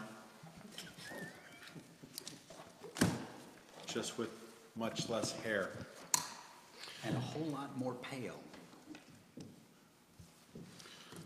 Brian came to us, it is the correct time of the year, and he has indicated, after talking to the golf club, that he is asking for a 15% increase in golf rates, that the club believes for the members that they can support it. The course is in the shape, condition that is acceptable and within market, and he does not believe he is going to lose market share by doing it. We have been pursuing an increase in marketability both inside and outside the association. However, he has not really dramatically raised rates inside to the membership, and after discussion with the club, he now believes that the 2000 rates need to now be increased, and they are shown on page 45. Brian would have been here, but tonight is a special event for his daughter in a soccer match, and if they win, they go on, and if they lose, it's the end of the season. I was hard-pressed to say, no, you can't go. So with that, I have to say I'm struggling on giving his presentation, to be very candid. I can make a comment here. This was at the Finance Committee. Oh, was it? Yes, last week. And Finance Committee spent some time with Brian working on this, and that video is online for the community to see. Boy, if I remember right, it was at least 15 or 20 minutes discussing this. And a lot of questions were asked by members of the Finance Committee who are golfers and understand how these fees work in the golf community. And so I think that this list is being recommended by the Finance Committee. Did they vote? It was not a motion that, I don't believe it was a motion that we voted on. Because if it were, we would have a recommendation here. Yeah, I don't recall. I thought it was a motion, but I could be misremembering. I didn't bring my notebook with me from the finance meeting, but I know that we spent considerable time, and if there wasn't a vote, there was unanimous consensus. Definitely. But, yeah, I would think that if we had voted, we would have a recommendation. I didn't write anything up for it. I don't usually for the I fee would, schedule. I would like to make a motion that we approve these new fees for golf for the year 2019. Moved and seconded. Okay, questions and comments? Carol? If I recall correctly, I've seen some communications going out from golf to sign up for next year. And I think if I read your report, if I read this correctly, there were five Five people who memberships. jumped in Who before jumped the in? rates increased to go Okay, ahead and so beat the that's the rates. question I have, is will they be able to stay at the old rate, or will they be asked to make up the difference? No, he's offering, would you like to extend right now? And 5 people jumped in to beat the rate increase. To beat the rate increase. And that's what has been communicated, okay? That's correct. So the rate will increase tonight if we vote yes. Yes, it will. I'm too late. You are too late. All right. This is insider trading. Okay. We want to table this motion. You know, Leslie, finance meetings are on YouTube, and you could have watched this. You could have been there. It was a heck of a conversation. Oh, yeah. Any other questions? Yes, Mike, and then Linda. In regard to that statement, going back to page 11, regards the membership drive promotion, it says here that the promotion will end at the end of this year, not tonight at 8:45. It is for directors, I think. Let's be serious. This is dealing with finances and stuff. Come on. All right, after announcing the membership drive promotion will end at the end of this year, we have already sold 5 new memberships this month. So according to this, Brian is saying that he is pushing a membership drive at the end of this year.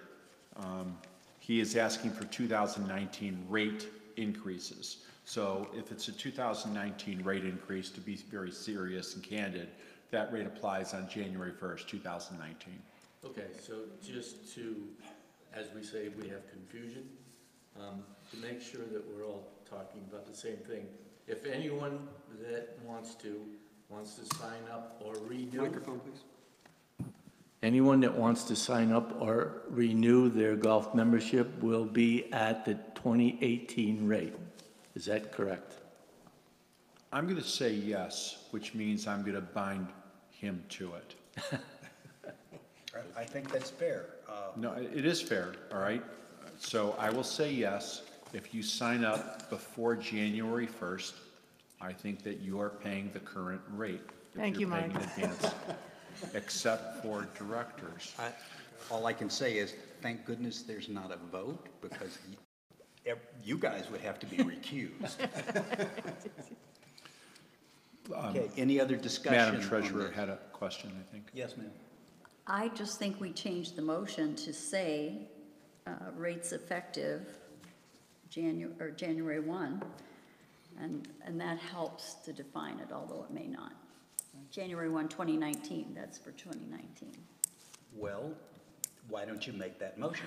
I move, Mr. President, if I may, before the motion is made that we might have to rescind, the rates that we're looking at, say 2019. Yes, they do. They don't stipulate anything prior to. Well, okay, so then that motion Shall we is read not the motion? necessary. all right, that's And the fine. motion was to approve the new golf fees for 2019. That was the motion. Okay, We need all to say right, so no. that, yeah. Then It's let's call the hard to tell question. when it's not on paper. Question, I just have a question.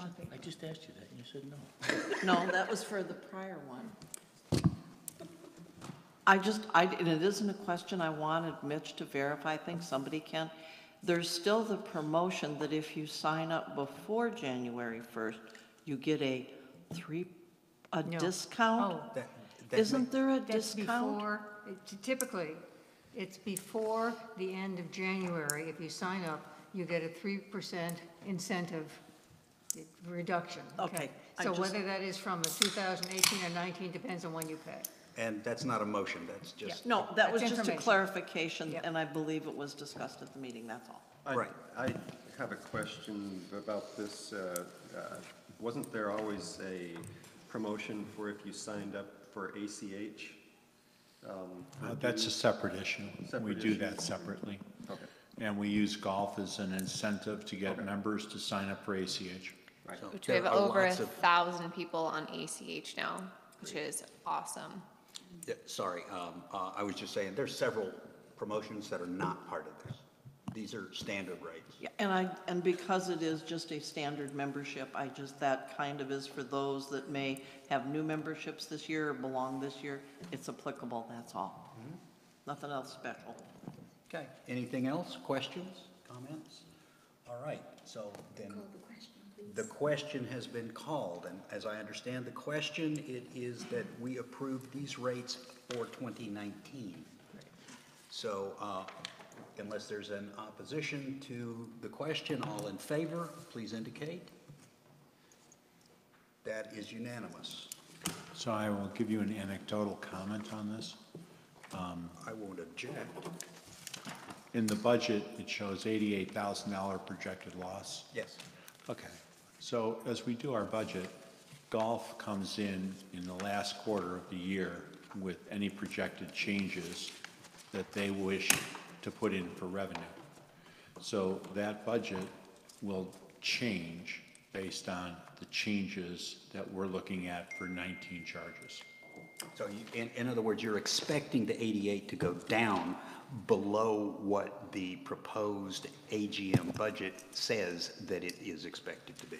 It's one of the odd nuances of our annual timing. Yes, ma'am. When can we expect a new proposal for the marina rates?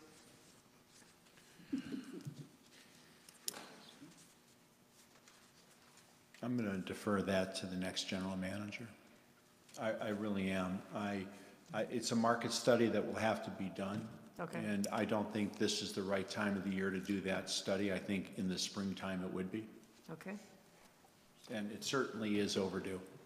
yes. Is there any objection to that suggestion? Because if there is, I'd like to hear it now.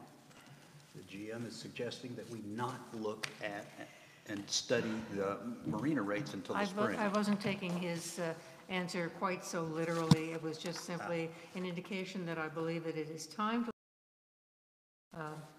marina rates also, and I will bring this up again in the spring. Same difference. Okay. Golf rates. Next. Capital life extension. Yeah. Who would like to talk about that? I think I would like to do that, sir. Okay. This is more of a heads up to the board, as we did this with the Finance Committee. The last golf cart lease payment will be in March. Yay. Yay. Except, All right. We would like to go and achieve 2 years without having to enter into a new capital or operational lease. The golf carts are in fairly good shape, but they're going to need some capital refurbishment to keep the quality of the carts in good shape, usability up, consistent with the quality of the course. And the course is in stellar shape. So they have not yet assembled an estimate of cost. The starter motors, replacing some seats that are ripped up. Certainly we'll be polishing them. The covers on the back of the golf carts, some of them are ripped or falling off. So we have 50 carts of this type. We will be coming in with a capital life extension program probably next month and asking for a one-time cost, and it will be based on return on investment. We'll be looking to avoid a $70,000 expense for new golf carts for 2 years and probably come in with a $15,000 to $20,000 cost at the most for an extension program for 2 years, so we don't have to do a new lease. Okay, and I presume those will be capital costs or? Yes, they will. Okay. Leslie? what is the annual, amount that we have been paying for these, for this lease for the golf carts? Approximately. Hold on, Jennifer is calculating. $32,160. Thank you. So when we say it's a So I'm just two-year, looking at the numbers here from page 54. I'm just jumping ahead and looking at the SURF numbers, and it's talking about 160,500, and that would be the total cost for the 5-year. That is correct. Right, okay. so at $32,000 a year with a new lease and slightly higher cost, we're projecting a $70,000 cost avoidance. Yes. That's where we pulled that number from. Okay. Any other questions? Very good. New office build-out. Yes, sir, and along the same lines, this will not come in until next month. You know that we did hire a new golf pro, and we have been, we have embarked on a sales and marketing program. I have the golf pro and the golf manager in a 80-foot square office. Prison cells have more space than this. So there is no sales marketing capability for the association. We have redeployed from the men's locker room several rows of cabinets that have been moved into the men's and women's locker rooms here in this building, in the gymnasium for the pool. And we've That was some opened up months ago, right? many months ago. Yeah. We just moved another group in, actually. Ah. So we've opened up an area adjacent to the outside wall in the men's room, and we would like to enclose that with 2 interior walls, install a door, 2 windows, and a wall-mounted air conditioning unit. So we would have a sales and marketing office, and then move Brian into there, and that is where we would do our sales and marketing for the golf enterprise, which is something we don't have. Right now, if someone shows up and says, hi, I would like to talk about a golf program for my corporation, they can go up to the back room of El Agave, or they can stand in the golf office. That is not conducive for us having a sales and marketing program, and that is what Brian has been challenged to begin doing specifically in his job now. So we would like to build one. Will this also include a new entrance into those offices so that you don't have to go into the men's room to get to them? It's a very good question. It will not be connected to the men's room. It will have an outside door. Thank you. Yes. I'm sure. There will be no expedient doorway either for, so, Many people thank you. yes. So if I were to comment on this. Did you say we people? Yeah, we people. Tiny. If I were to characterize this, then what you're suggesting that the board be prepared to receive is a request for an investment in increasing golf revenue. So you're expecting actually, and in fact, I'm requesting that with that comes some sort of an analysis of a return on that investment. Larry, I think that's a stellar request, actually. I've been talking to Brian about his metrics and asking, okay, where is your market pitch? Where are you going to be working? In what area will you be drawing, going for more market share? We have pulled some customers from Lake Padden. Padden is going downhill, and we have pulled customers from them, but 1 or 2 plays is not enough. And so I'm looking for his thrust areas, and so we're having that conversation. So I think that is absolutely imperative that if we come in to say we're doing an investment in golf, all right, what is you think was going to be the return on investment for this capital expense, and when should we start realizing it? Personally, I would think that you'll have to look at a 2 years, but what is the trend? Which way? The analysis is less than that there be an analysis. Yeah, I would agree with you. And so, yes, you will see that. Excellent. That Brian and I have spent, and Jennifer and I have also had this conversation. Brian and I have had several extensive conversations on this in the last week and a half. Okay. Any other questions? Yes, ma'am. I guess my concern would be, hopefully we can talk about it when we have a full discussion, and hopefully Brian can be here. I know Brian has businesses of his own, and I don't want to be investing Sudden Valley money for him to promote his businesses. So I would like to be assured this is for Sudden Valley's golf course, the pieces that we actually receive the revenue for. Do you have an answer for that at the moment? I find it somewhat slightly offensive that you would assume that Brian is using our resources to supplement his business. We did a research report for this board a year ago on, are we getting the best value from Chuckanut golf rental carts compared to other businesses? And Jennifer did that report, and it was presented to the board, and they demonstrated numerically that we were getting a deal from his cart business that no other cart company in the area could match. So that's one.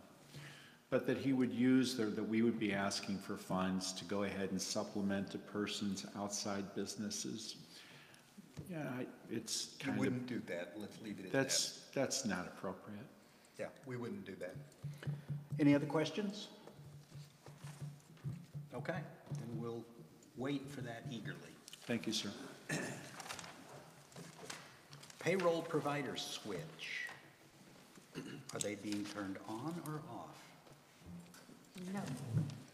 Great, so there's a memo included in your packet, and it's just informational. It's been about 3 years since we set up with our initial payroll provider, ADP, after EMB Associate left. And ADP came to us and, without notice, said they were going to switch our timekeeping platform, which means that, well, number one was without notice, not very pleased about that. But number two, it means that everyone's gonna need to be retrained anyway. So we decided it was a great time to go out and bid our payroll service providers. We got 4 bids and 3 demonstrations. And the people who we had demonstrations from are listed on page 47, HKP, ADP, and Paychex. And we were also looking to see a payroll provider that could also offer an HRIS system, which is a human resource information system. And that will help with onboarding and offboarding, as well as benefit enrollment annually. And then all the paperwork that's required for hiring or letting go employees. For example, I know that the statistics we included here on page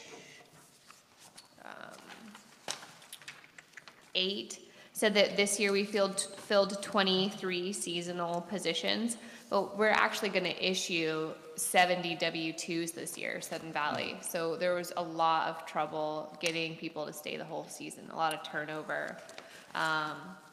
And so that's a lot of people, human capital through the HR office, especially during the peak summer months. And so this should really help streamline that process, gain some efficiencies during the summer. At any rate, the lowest bidder that came in offers us more services and offers us the HRIS system, so timekeeping, payroll, tax filings, for about the same cost that we're paying now. It's actually just a little less. And that's HKP. They are a primarily Camp Kruger. They're primarily I'm sorry, I did not understand. They are primarily a what? An auditing firm. Yeah, a CPA auditing firm. And then they merged with a company in 1985 that already had a payroll arm, and so they took that on as well and continued it. So they've been doing payroll since 1985, and they have over 2,100 payroll clients, and they're a top 100 CPA firm, and we're currently getting the contract negotiations squared out. We'll sign a 2-year contract and go forward from there. Just a question, are they involved in the audit? Are they involved in the audit? In the audit upgrade process where we're thinking about changing audit providers? No, we did not solicit Camp and Kruger because there would be a conflict of interest. Thank you. Yeah. Okay, so are you requesting that we decide to go with the recommendation? What's being It's an asked? operations decision. It would make sense to me. I'm just trying to make clear what's going on. So just advising the board Okay. is all. Yeah. Mr. President, Linda. Linda? I just have one question for Jennifer. It's a positive question. It looks like in our budget for 2019, we included the estimate of ADP's cost, correct? Of what their yearly cost, it says here, 13,000 annually. No, the ADP, we did not include that high of a cost, so all of these bids also include an HRIS system, and so the workforce now is much more expensive, 13,000. I believe we included a number roughly of 8,600 in our annual budget. Now I'd have to go back and double check for the exact number in 2019, But that's going to be good because you're going to come in below that number if by switching. That's what I was kind of trying to get at. right, is the yeah. savings. So the work, each of these bids is apples to apples. They all include the same services: HRIS, payroll, timekeeping, and tax filing on behalf of the association. So that's what these bids were for. Okay, it's just nice to know there's another little bit of savings there. Great, thank you. Anything else? All righty then, let us go to main pool upgrades. Sir, this would be part of the deferred item? So there's nothing else that we need to know at this time? No, sir. Very good. Financials. Great, so these are the September 30th financial statements. As you can see, we have very positive net operating assets, $953,113 on page 48, about middle of the page. You'll note also that it says as of September, the SURF loan only has a liability of $2,870. That's because the draw was taken in October. So in October's financial statements, that'll be the $292,000 plus the $2,870. If we go to page 49, we've got our income statement summary for the year. You can see that for the year operationally, we're doing just a little bit worse than our spending plan, $7,200, though we do project that we're going to end the year a little better than our spending plan, enough so that we're going to be able to absorb. There was an additional cost in the SGM of $2,900 that was unanticipated, and that was for while I was out on maternity leave.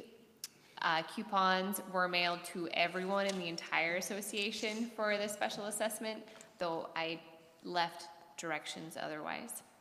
Oh, the coupons are only supposed to be mailed to those people who are not on ACH. So since we have almost 1,000 people on ACH, 1,000 people extra got all these coupons, and those are expensive to print and mail.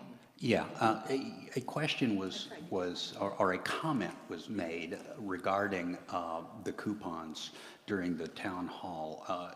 There was a concern that coupons were still being made to people who had automatic withdrawals. Could you explain how you handled that? So there are a couple different kinds of automatic withdrawals that people can choose. You can, one, choose to have the association automatically withdraw the funds on your behalf. And the association does that. You fill out a form and you send it into accounts receivable, and every month the association initiates that automatic withdrawal. Now, all of that's about 1,000 people that we have doing that on ACH, and those people should not have gotten coupons, and they all did. From the SGM? From the SGM, correct. Now, going forward, they'll just get a letter saying that your dues are going to change and this is why. Now, there's a second kind of automatic withdrawal that people can choose to do, and that's an automatic withdrawal that the member initiates with their financial institution. I don't know what people initiate that kind of automatic withdrawal and what people don't. And I don't have, and those people sometimes tell me they don't need coupons because they're doing it with their bank. However, I don't have the ability to turn it off for them. I don't have any way to track that information, unfortunately. So maybe in the future we'll be able to. We're actually also currently, we met with our bank earlier this week. We had a lunch with the bank, and they have a new type of lockbox that may preclude sending out coupons. I'm not sure. Preclude or allow us to stop? Allow us to stop. That's what I mean. Thank you. May allow us to stop sending out coupons. So I'm going to speak with them here in November, see what that looks like, if that's a possibility. So that would be a savings there. Yes. So we'll look at that also. Yeah, because no matter whether we're mailing postcards or anything else, mailing is not cheap. No, it's not. Okay, so that's where we are there. If we go to page 50, we'll go ahead and look at our cash flow. Currently, we are projected, after the board recommended carryover balance in SURF, to end the year with $87,000. And in roads, $32,000 after the board recommended carryover. In our capital reserve holding fund, we have $278,000, and that's just collected this year. That's after we transferred out a large sum of money last year into SURF. So that account is just a great capital investment from our new homeowners into their community. We have the board density reduction fund, $127,000, the mailbox fund at $2,862. So our total capital funds projected at the end of the year after the $1.1 million board recommended carryover balance is $527,000. Got $352,000 almost in the emergency operating fund and $165,808 in UDR. Next we have on pages 52, on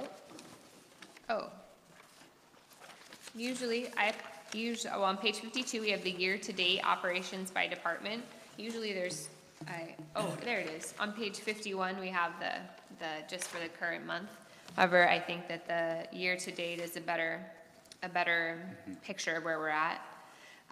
So it was discussed earlier about maintenance and Firewise. You can see that salary and benefits in the maintenance department is $48,000 over. $22,000 of that is from Firewise. And then another large portion of that is from the maintenance people working on events or taking vacations over the summer. That's all operational. But it was budgeted in roads. That time was budgeted in the roads fund, but it's operational. If they work on events or if they take vacation, we're not going to bill that to capital. And so next year that has been corrected and is properly included in the operational budget. And so you won't see that big swing there.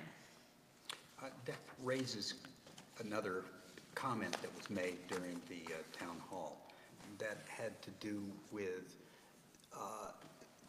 the appearance that, at least of the proposed budget for next year, over 50% of the entire budget was for salaries. And could you or Madam Treasurer clarify whether that is accurate or not, and how one might actually think about our expenses for salaries? So Mitch asked me to go ahead and take a look at that. I have not had an opportunity to do so yet. So I wanted to, it depends. Are you looking at of total operational expenses, of total operational revenue, just of dues revenue, of just operational dues revenue? And so I just wanted to run those percentages for all those different scenarios and be able to report back on what that is. Very good. I think certainly from my perspective as absolutely a non-accountant, not a numbers person, if the total budget is this and salaries is this, what's the relative percentage? So, I mean, what total budget are you looking at? Everything that we collect dues for, period. Capital included. Everything that's our total budget, everything.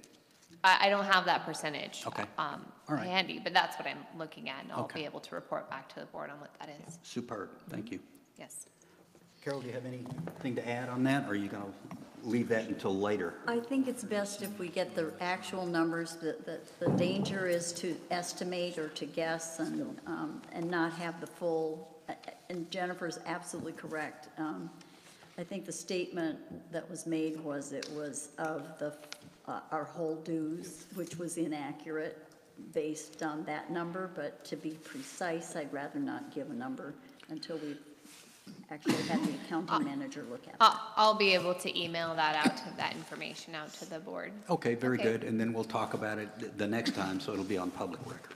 Great. Mr. President, Linda. Yes, ma'am. I just had a question. couple of them. On page 49, I'm looking at the contracted and professional services.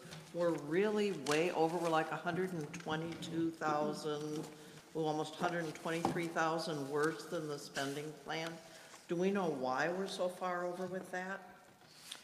So I know that we are over in contracted and professional services in the accounting department because I went out on maternity leave, and so that's booked to contracted and professional services instead of salaries. So we're under in salaries and accounting and over there. We're also over because we had some work. We've been doing the shoreline exemption permit at the marina that Mitch spoke to earlier, that Jessica, our ACC and Common Areas Coordinator, has been working on, so there's been quite a bit of design work there. Additionally, we had to retrain for the maintenance connection software. We did one training through the capital project, but the person that we trained left.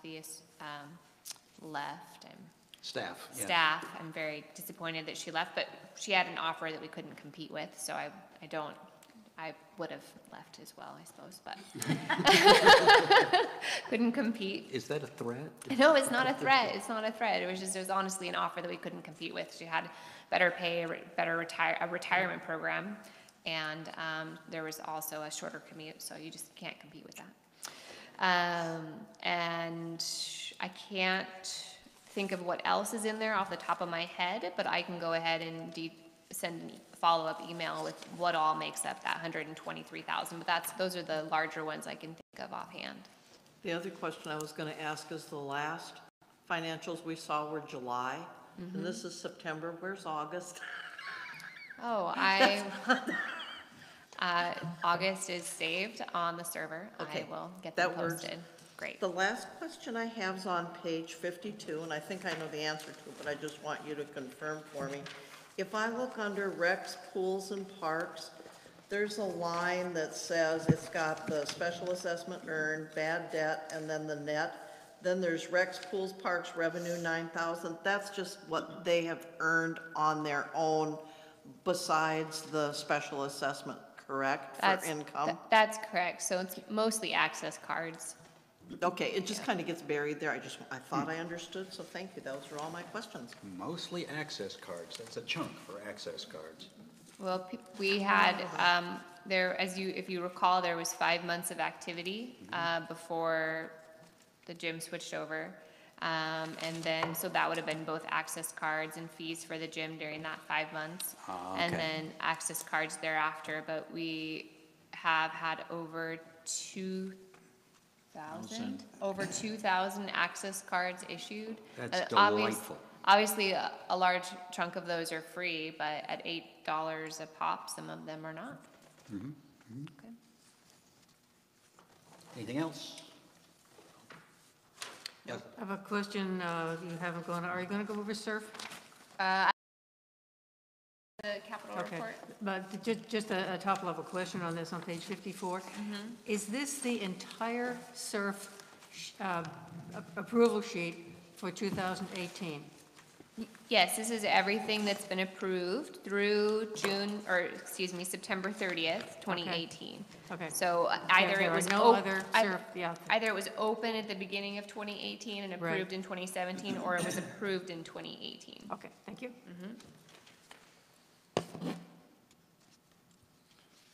Well, page 54. I'm finishing up the ones that are all completed. Golf carts, the capital lease, as we've discussed, this comes due March. The maintenance software, there's no reason to keep it open, it's ready to close. Barn 8 stairs, design and construction, we think that we're complete on it. We're having a little bit of an argument on with the designer on it. ADA door opener is complete. HVAC capital repair, we can close out now. That was a great idea. It didn't work. The bunkers are completing. The HVAC replacement project will not occur for several more months. The equipment has been ordered. And we talked about the marina standpipe and gangways. The standpipe has been completed. The gangways are completed. That project is complete. and we're going through closeout. Soft armoring is starting now. Barn 6 demolition sprung structure is on hold pending start in June 1. The liners and the decks are complete. Project manager is doing that job in a spectacular fashion. We're very, very happy with what's going on with that. I'm just curious, it's still open, you say it's complete. It is open. All of the surf loan projects will remain open until they are all completed because the contingency is able to be used against all of the projects. Thank you for the clarification, yeah. That's how we wrote it up originally. I'm going to page 55. Tonight, the last one, the clubhouse retaining wall, we're going to close out. We have finished up the designs and on all of the culverts, and Windward Drive retaining wall we're leaving open, and it will not be acted upon until next year. I would like to think that the retaining wall metric at $153 a linear foot will not be the number that we would be using, since that is not in the within a 250-foot distance of a waterway, but it needs to be reevaluated before we start on it. So that, in other words, that's really high for what you think it should be. I absolutely do agree. Okay. We had multiple permits on that, which I felt were, well, they were regulatory required, and we are a source of revenue. On-call engineering is just about spent for the year. It is spent for the year. Road surfacing is on hold. We've finished the design work, but we will stop that and pick that up again in June of 19. I would be talking to the Finance Committee next year to ask them, okay, instead of doing the 2018 road surfacing work, would you like to consider, I'll see you tomorrow. Thank you, Jennifer. Instead of doing the 2018 road surfacing project in 2019, should we be doing the 2018 and 19 road surfacing project next year?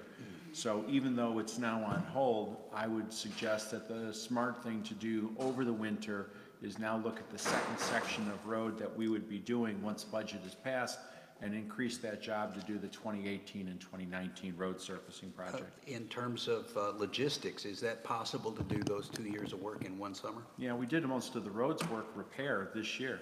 Okay. So every year we do roads repair, potholes, getting everything lined up, but the work itself is pretty short. Goes down in a quick slurry and it's ready to paint in a couple of hours. You may want to mention the conversation you had with the resealer, the company, in as much as they were the ones who were unable to perform on their contract this year. They gave us a no cost. Okay, We signed explain a that, please. contract. We signed a contract with the company, no cost extension to June 1. However, we also, in that contract, left it open that we could increase scope and then rebid new scope, but no cost extension on what we've got. Mr. President, Mike, Linda. before we get that, I thought you had a comment. No, sir. Okay, you don't have a comment? All right. Linda? Just a quick question, and I think it's probably already answered. So we're delaying 18 surfacing and road and ditch repair we did this year, correct? Correct? And I'm assuming that the resurfacing, if you add that is there also then in the road plan? And I'm almost sure you could say yes. There's an amount of work in 2019 that you're planning on doing for the road and ditch repair, potholing, that sort of stuff. Okay, thank you. Absolutely. Thank you. Linda, it's just a rolling wave. Every year do road repair, road surfacing, road repair, road surfacing, ditch, ditch, ditch, ditch, ditch. Grandview Lane road work is complete. We think we've received the money from we did receive the money co-funded from the homeowner, and we can close that one out. And Southern Court mitigation, we are seeking permits to take out the trees on that section of road. On page 56, hazard tree removal is, those are all closed. And the two here are Area Z mitigation, and we wait. We take our last sample in December. And then, if it's correct, write the report, and we're done. That's it. Superb. I have a couple Other questions, questions? Sure, go please. ahead. So I have there's two projects that don't match, and I'm sure it's got to do with the timing of when they were done. On page 55, the clubhouse retaining wall is sitting at 138, and I'm assuming that's going to be changed now that we've done the change order, correct? Yes? And then the other one that I have a question about is on page 54, for the pool liners, decks, and the ADA compliance. It's got us at 633,071, and yet the paperwork for the loan extension says we finished at 645,834. Do we need to make some changes to some of that so because it looks like, you know, we had money that we didn't spend, and obviously we spent more than we, and needed more. That's all. Thank you. I don't have an answer for you. It obviously has to line up. I will ask Jennifer to tie it. Okay, thank you. Okay, anything else? Yes, sir. Quick observation on page, what is it? Page 53. The monthly chart that shows us the dues, lots and dues analysis. Go. I think that it's fantastic that our collections rate is so high, and it demonstrates here that less than 1% of our members actually need a dues payment plan. So that speaks well to our membership.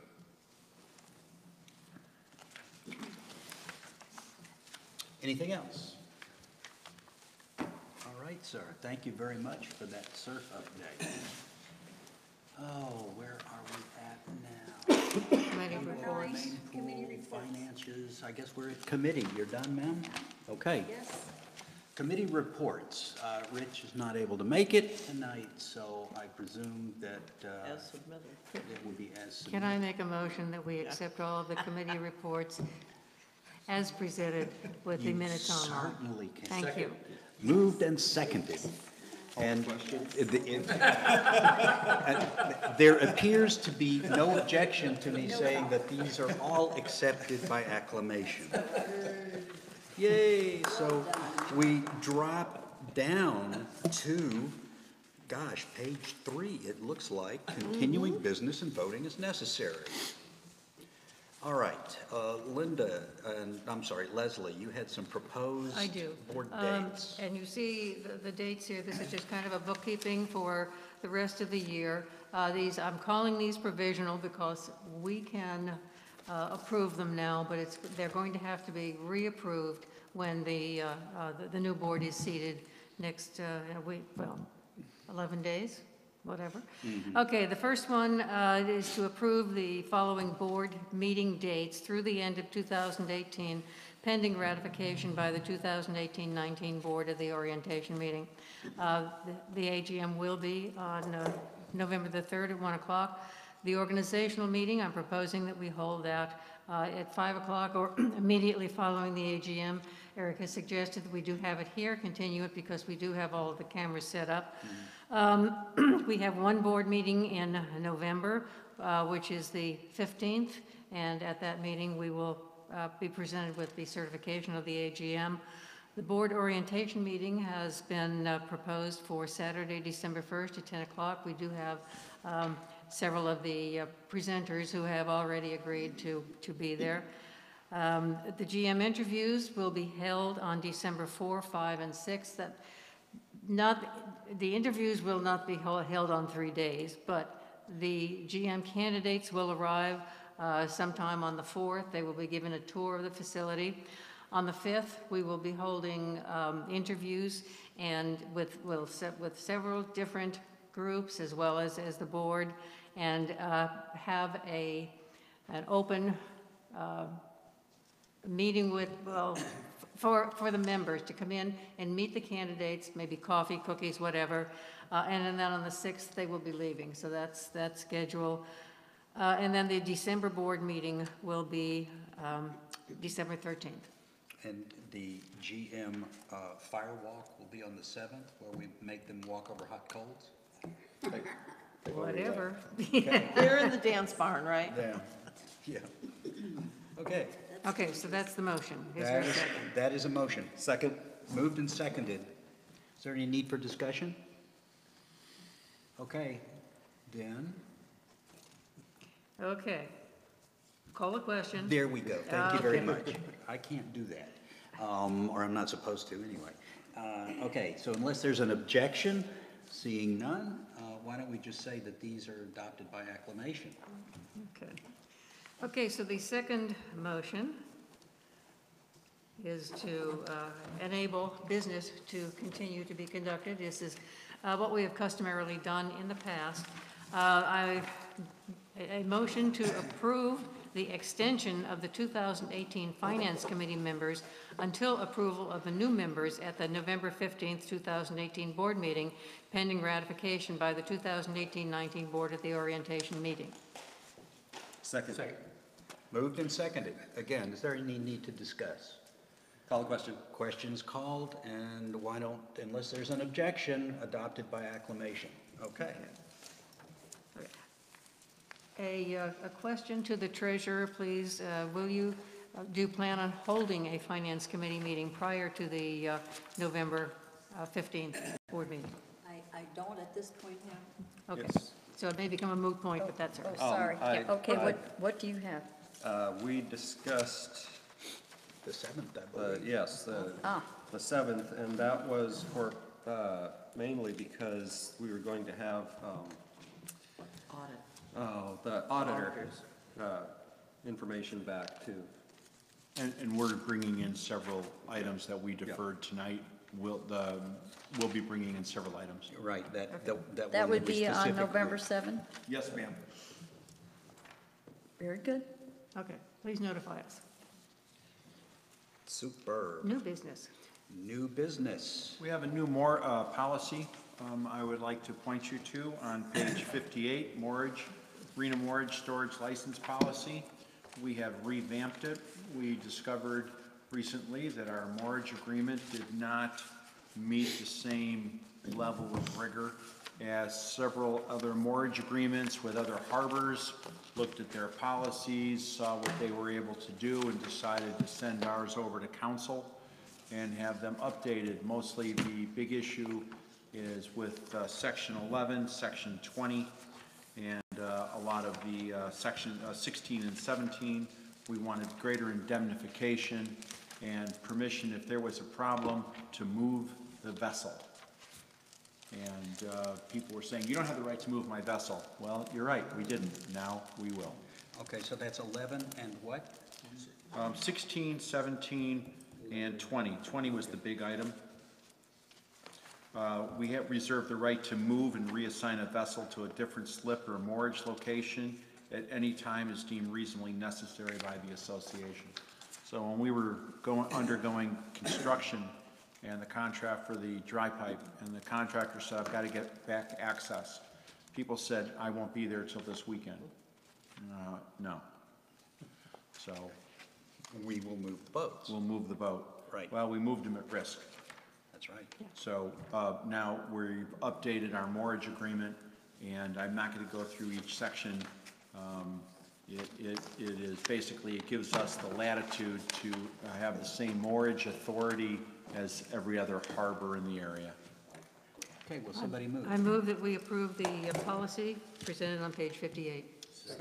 Moved and seconded. Is there any need to discuss? Yes, ma'am.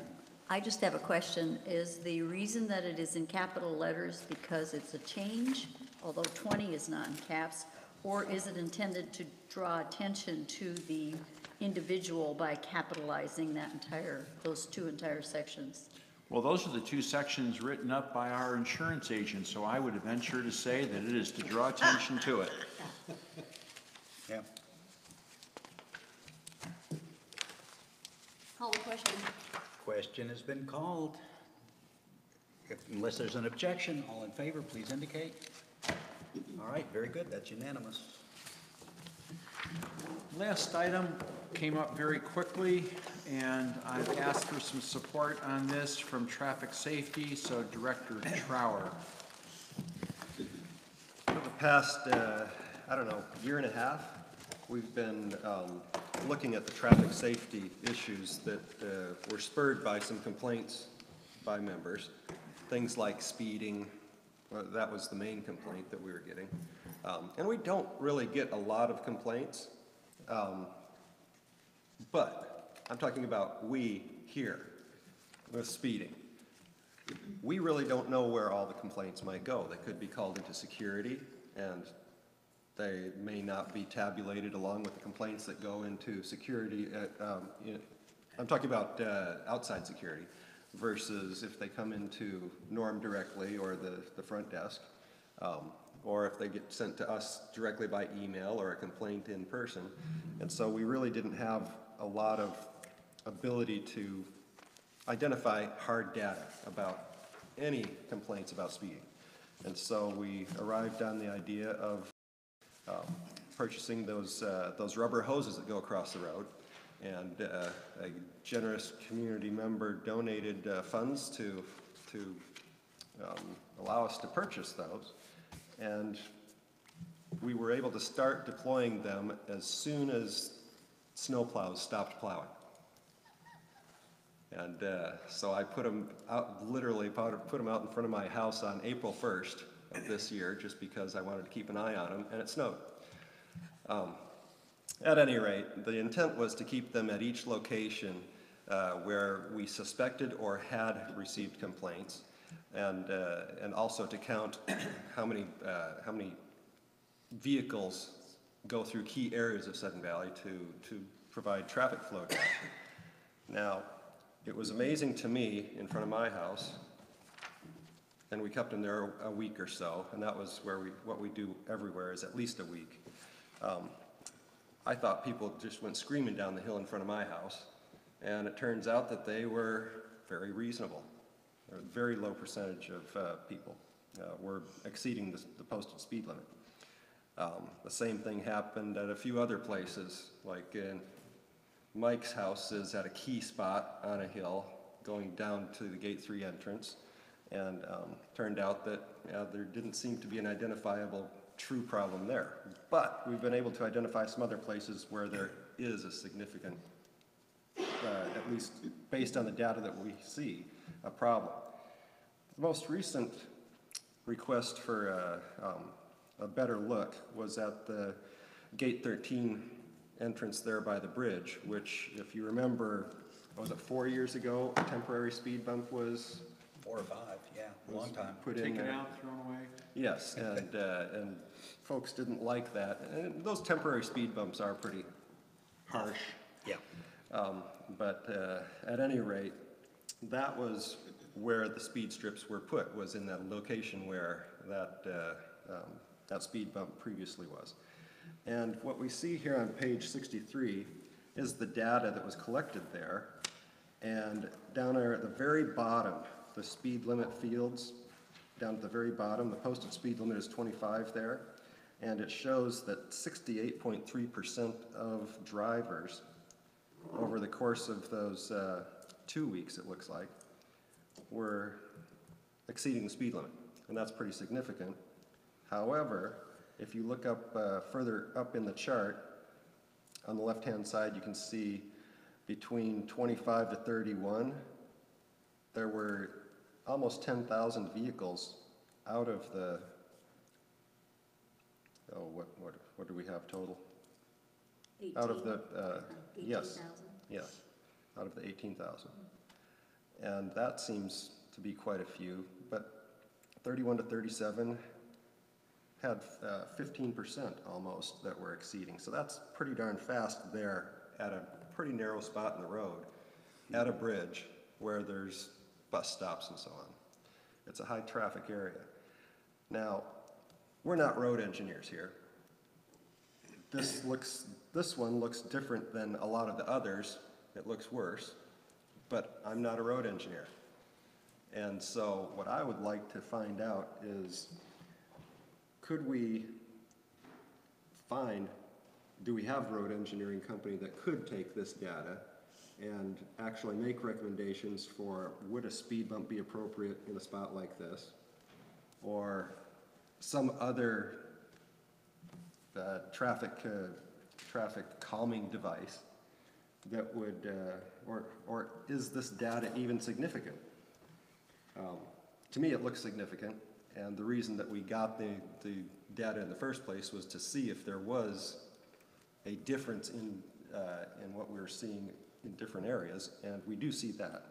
But I'd like to make a request that we engage some expert to actually look at the data that has been collected over this past, well, since April, and see if this is something that we can address. So why don't you make a motion? I would move that we obtain the services of a professional that can interpret this data and make recommendations on how to address any identified traffic speeding problems. I will second that. Moved and seconded. Is there any discussion? Question and time frame? Yeah, well, first, Linda, raise your hand, I'll get right to you. And then also Mike. Just wanted to ask a question. With all these numbers, I know that the strips go across both sides of the road. So do you know how many people are going in and how many people are going out? Because I Yes. didn't notice the data, or can you show me Oh, where it that's says that? the software that comes with this equipment is very extensive in its ability to determine direction, speed, time of day, how much distance between the cars. It can tell the difference between a car and a truck, or a truck and trailer, or a bicycle even. And so it's those two strips count both directions and speed and count and type. So these totals are accumulation of both ways? This is, yes, and the data can be, the report can easily be broken out to be directional. Okay, thanks. And I haven't studied every report extensively because the intent wasn't to try to preconceive some outcome based on an assumption on looking at the first report and then the second report the next week. So wanted to get a good stack of data and then start looking at it. But, you know, again, I'm not an expert in this. Yeah, and I know that there used to be complaints from the parents that have their children there waiting at the school buses. And I just wonder, is it people going out in a big hurry to work or coming in? But once again, a speed bump's gonna go clear across. I just was curious, that's why, because I didn't see any delineation. And what does number and pace mean? Just, and that's it for me then. So that, I don't know that. The only piece of data that I do have some understanding is the 85% speed number up at the top, which is 31%, 31 miles per hour. And that's what is reasonably understood to be by traffic engineers, just based on the reading that I've done, that would be a reasonable speed limit in that place. But again, an expert would be better off. And by the way, this equipment is standard equipment that you see along the roadside in the county. Okay, Same make and model. Go ahead, Mike. The number and pace means that they pick, as far as what your speed limit. Microphone, please. They choose what your speed limit is. In this case, it's 25 miles per hour, so they pick a 12 mile per hour pace, if you see that number just in front of that. All right, so they picked 21 to 33. So that they chose a number or a range of numbers that would say, you know, there's this little speed, but not a lot. That's not a bad thing. So in this instance, 85% of everyone that's using that road is staying relatively within the speed limit. Okay, Oh, thank you. thank you very much.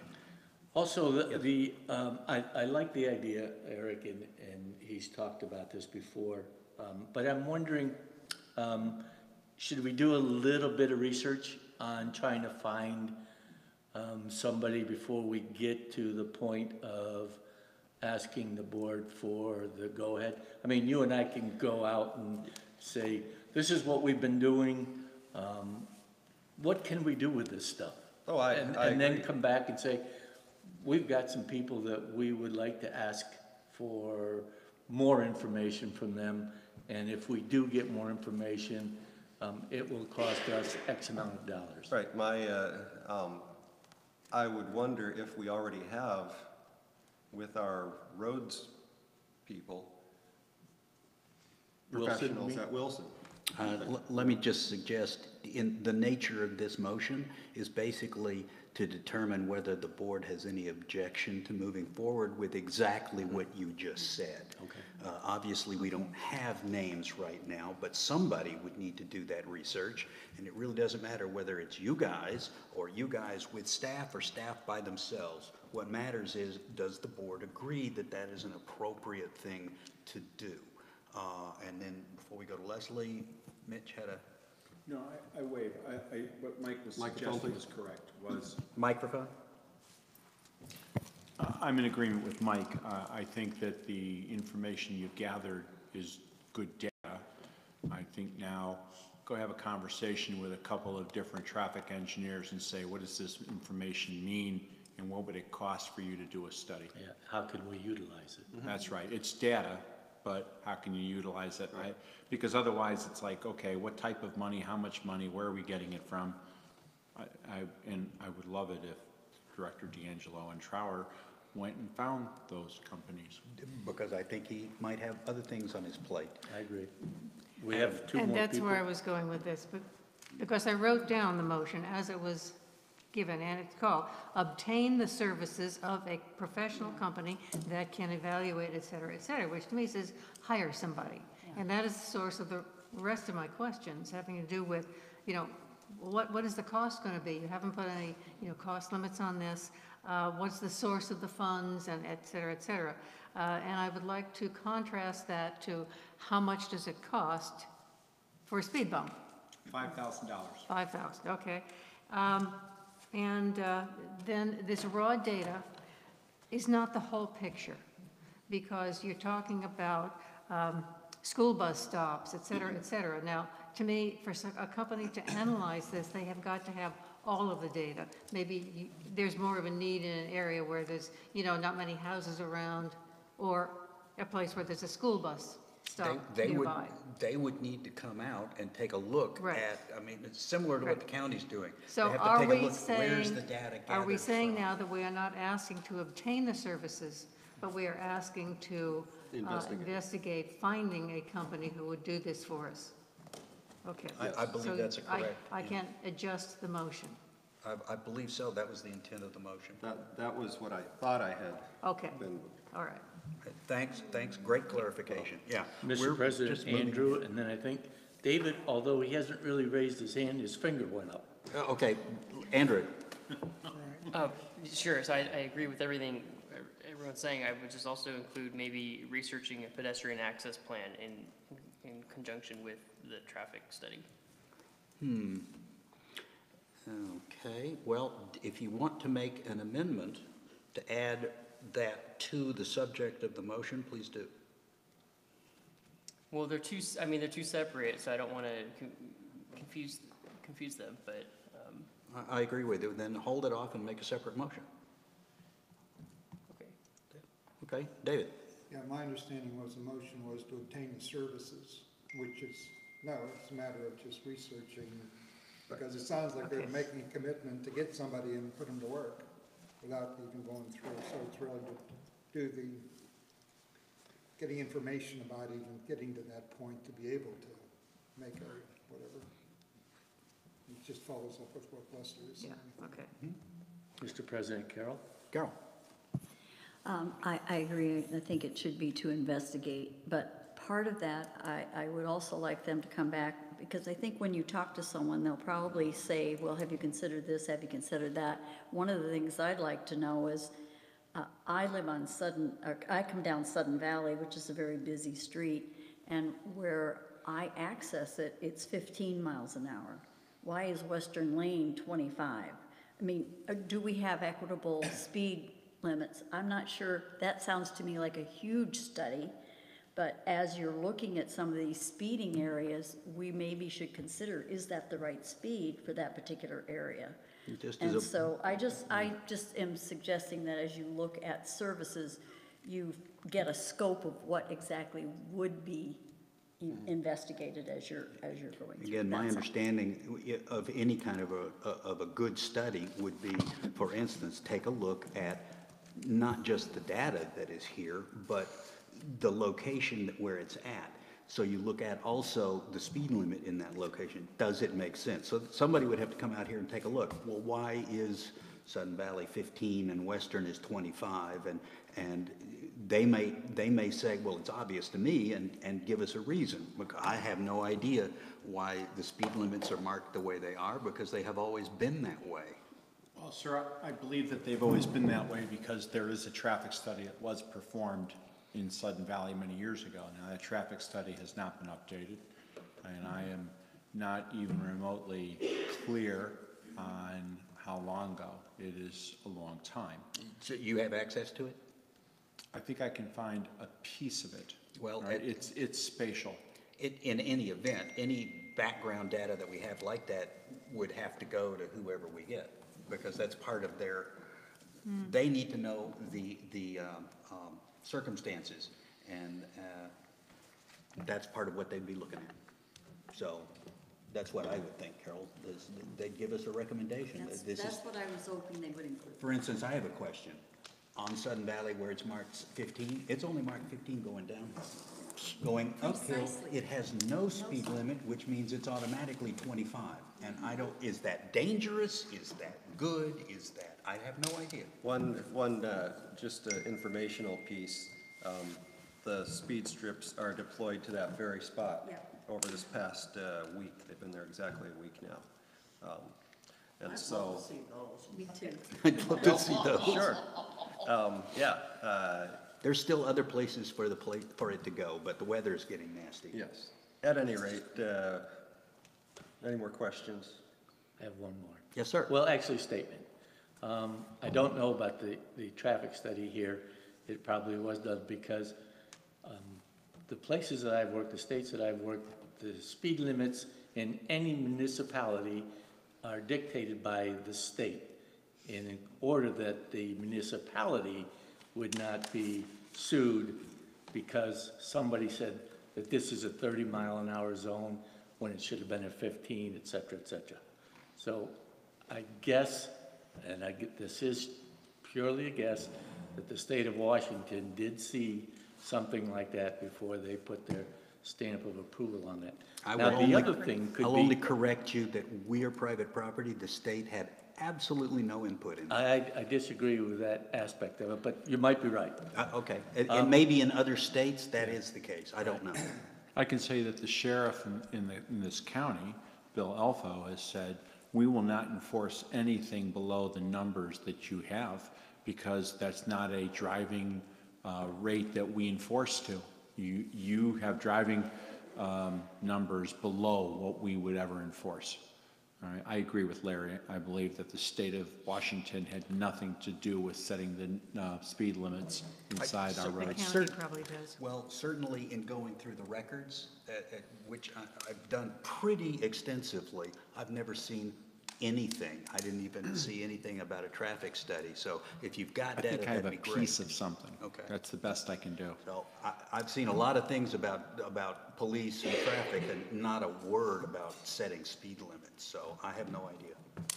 Yeah, it was my understanding that the sheriff didn't want to come in to do speed limit tickets because of the fact that the jurisdiction, there's a problem with jurisdictions.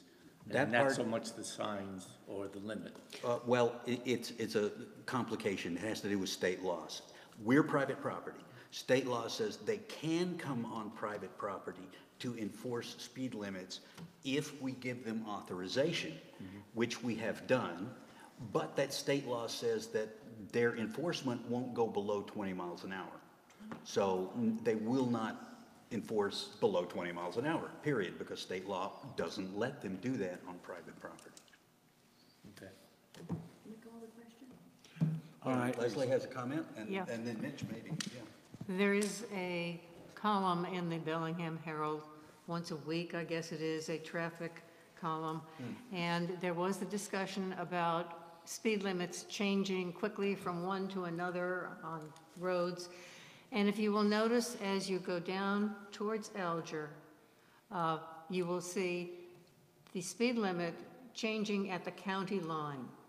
And it says, the county says that you will travel at 35 miles an hour unless otherwise posted. And then within 100 feet, you will see otherwise posted, 40 to 45 miles an hour. So the county does control, but I don't know if they have any control over private roads.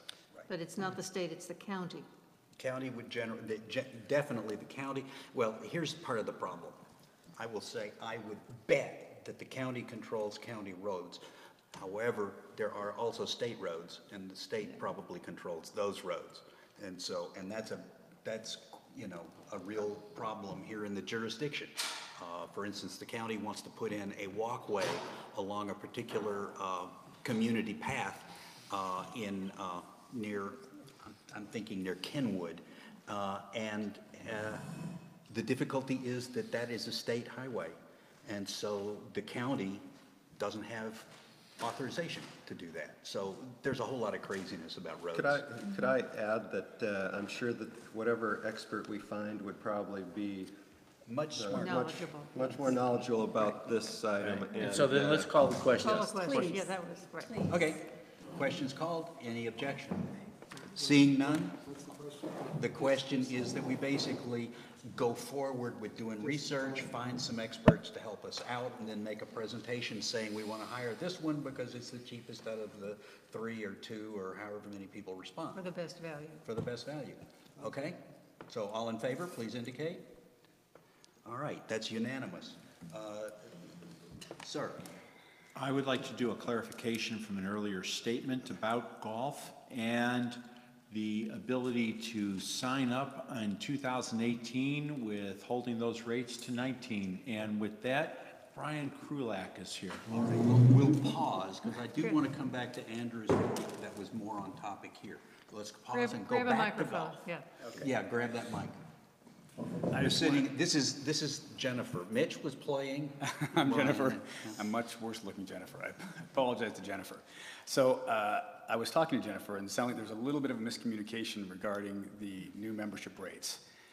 It sounded like there's a little bit of a confusion between a promotion that we're running that ends at the end of this year and renewal for next year. So the new rates that we have established will not be, will be all members will have to pay those rates, all current members. So there will be no option to renew at 2018 rates. What we have been running for this whole year, a membership drive. In an effort to recruit new members, we've been offering new members half-price memberships for this year. And that promotion we announced will end at the end of 2018. So those are two renewals, and the membership drive are two very separate issues. So the people that, I think there was a question about, there were people, several people who bit recently. Yes. And they were biting on that. Exactly. Drive. Because we announced that the membership drive is going, we hadn't announced an end date. At the beginning of October, we announced an end date to the promotion. And that announcement spurred on some new people to jump in. And we expect to sign up several people before the end of this year. And so the question is, why would they buy at the end of the year unless that rate spills over into the next year? Because they're buying a membership for next year. What they're buying right now is a 2019 membership. Okay. So the membership drive, which is aimed at attracting new members, is available till the end of this year to purchase 2019 memberships. They have a deadline to act. That deadline to act is the end of this year. Exactly The right. membership, though, is in fact for 19. It is, and the new rates that we're instituting, the rate increase that we're instituting is for all current members, and there's no option for them to not, to get 2018 rates. They will get 2019 rates. If you were to purchase a membership for a different level, you would still pay next year's rates or this year's rates? It depends. If you are a social or an associate member and are upgrading to a full membership, you have the option to take advantage of the membership drive. Okay? You- And if If you're you downgrading? you're paying 2019 rates. Thank you. Okay. Thanks. Yeah, my apologies if that was. No, does that help people Yes. in their questions? There used to be a discount for people that wanted to renew. They don't get that anymore before the first of the year? So current members, if they pay with cash or check and renew before January 31st, they get a 3% discount. That's still in effect. Thought there was something.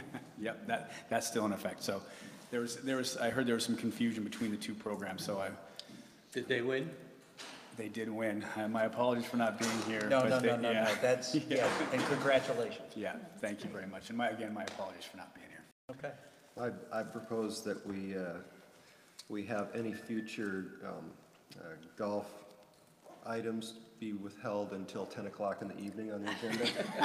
I saved you on the finance committee, but I can't help you tonight. Okay. Okay, moving on. Let's move on. Andrew, you had a suggestion that we take a look at some pedestrian access issues, and I certainly have been thinking about that just within the last 12 hours, oddly enough.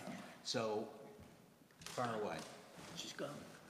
Well, I guess the motion would be to carry or piggyback off of Eric's motion in a way, because I feel like the two go hand in hand. I mean, if you understand areas where people are speeding a lot, we might want to have a public or a pedestrian access plan for those high speeding areas so that people can go in an area that will make it safe for them rather than walking on the road. So I don't know. Help me out here. I guess the motion would be to pursue. Include a pedestrian access plan in the traffic study. Right, yeah, okay. All right, so the motion's been made and seconded. Do we need to discuss that? Call the question. Question has been called. Can we just say that that's adopted by acclamation? Yes. Okay, done. That's a great idea. Yeah. Make a motion to adjourn. Wait. There's an item I out here. forgot. There is an item. Oh, there is? It's a property owner comments and board response. Well, wait. Yeah, we just covered the speed bump request at gate 13. Yes. All this was not to request the speed bump, but was to actually investigate the services of a possible. Well, it for came somebody up to in the motion. context Okay. of a member who I just requested wanted a to speed bump. clarify Right. that that's what this was. Yes, you are Now, correct. I'd like to mention that since this is our last board meeting before the AGM, that this would be our traffic safety task force's report that was just given.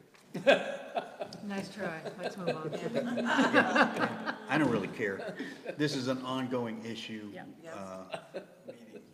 Okay, are there any further property owner comments? I see some heads shaking. Wait a minute, we have a property owner. everyone, your books, please. Oh, yeah, everybody's manuals, Mine's in. turn them in. I'm Need turning books. mine is tomorrow. Entities, when you're done. Yep. Mine's been submitted All right. already. Yes, ma'am. Well, this is a board member comment. And as Eric has just recognized, this is our last board meeting for this year. Yeah. And thank you all for your participation and your cordiality.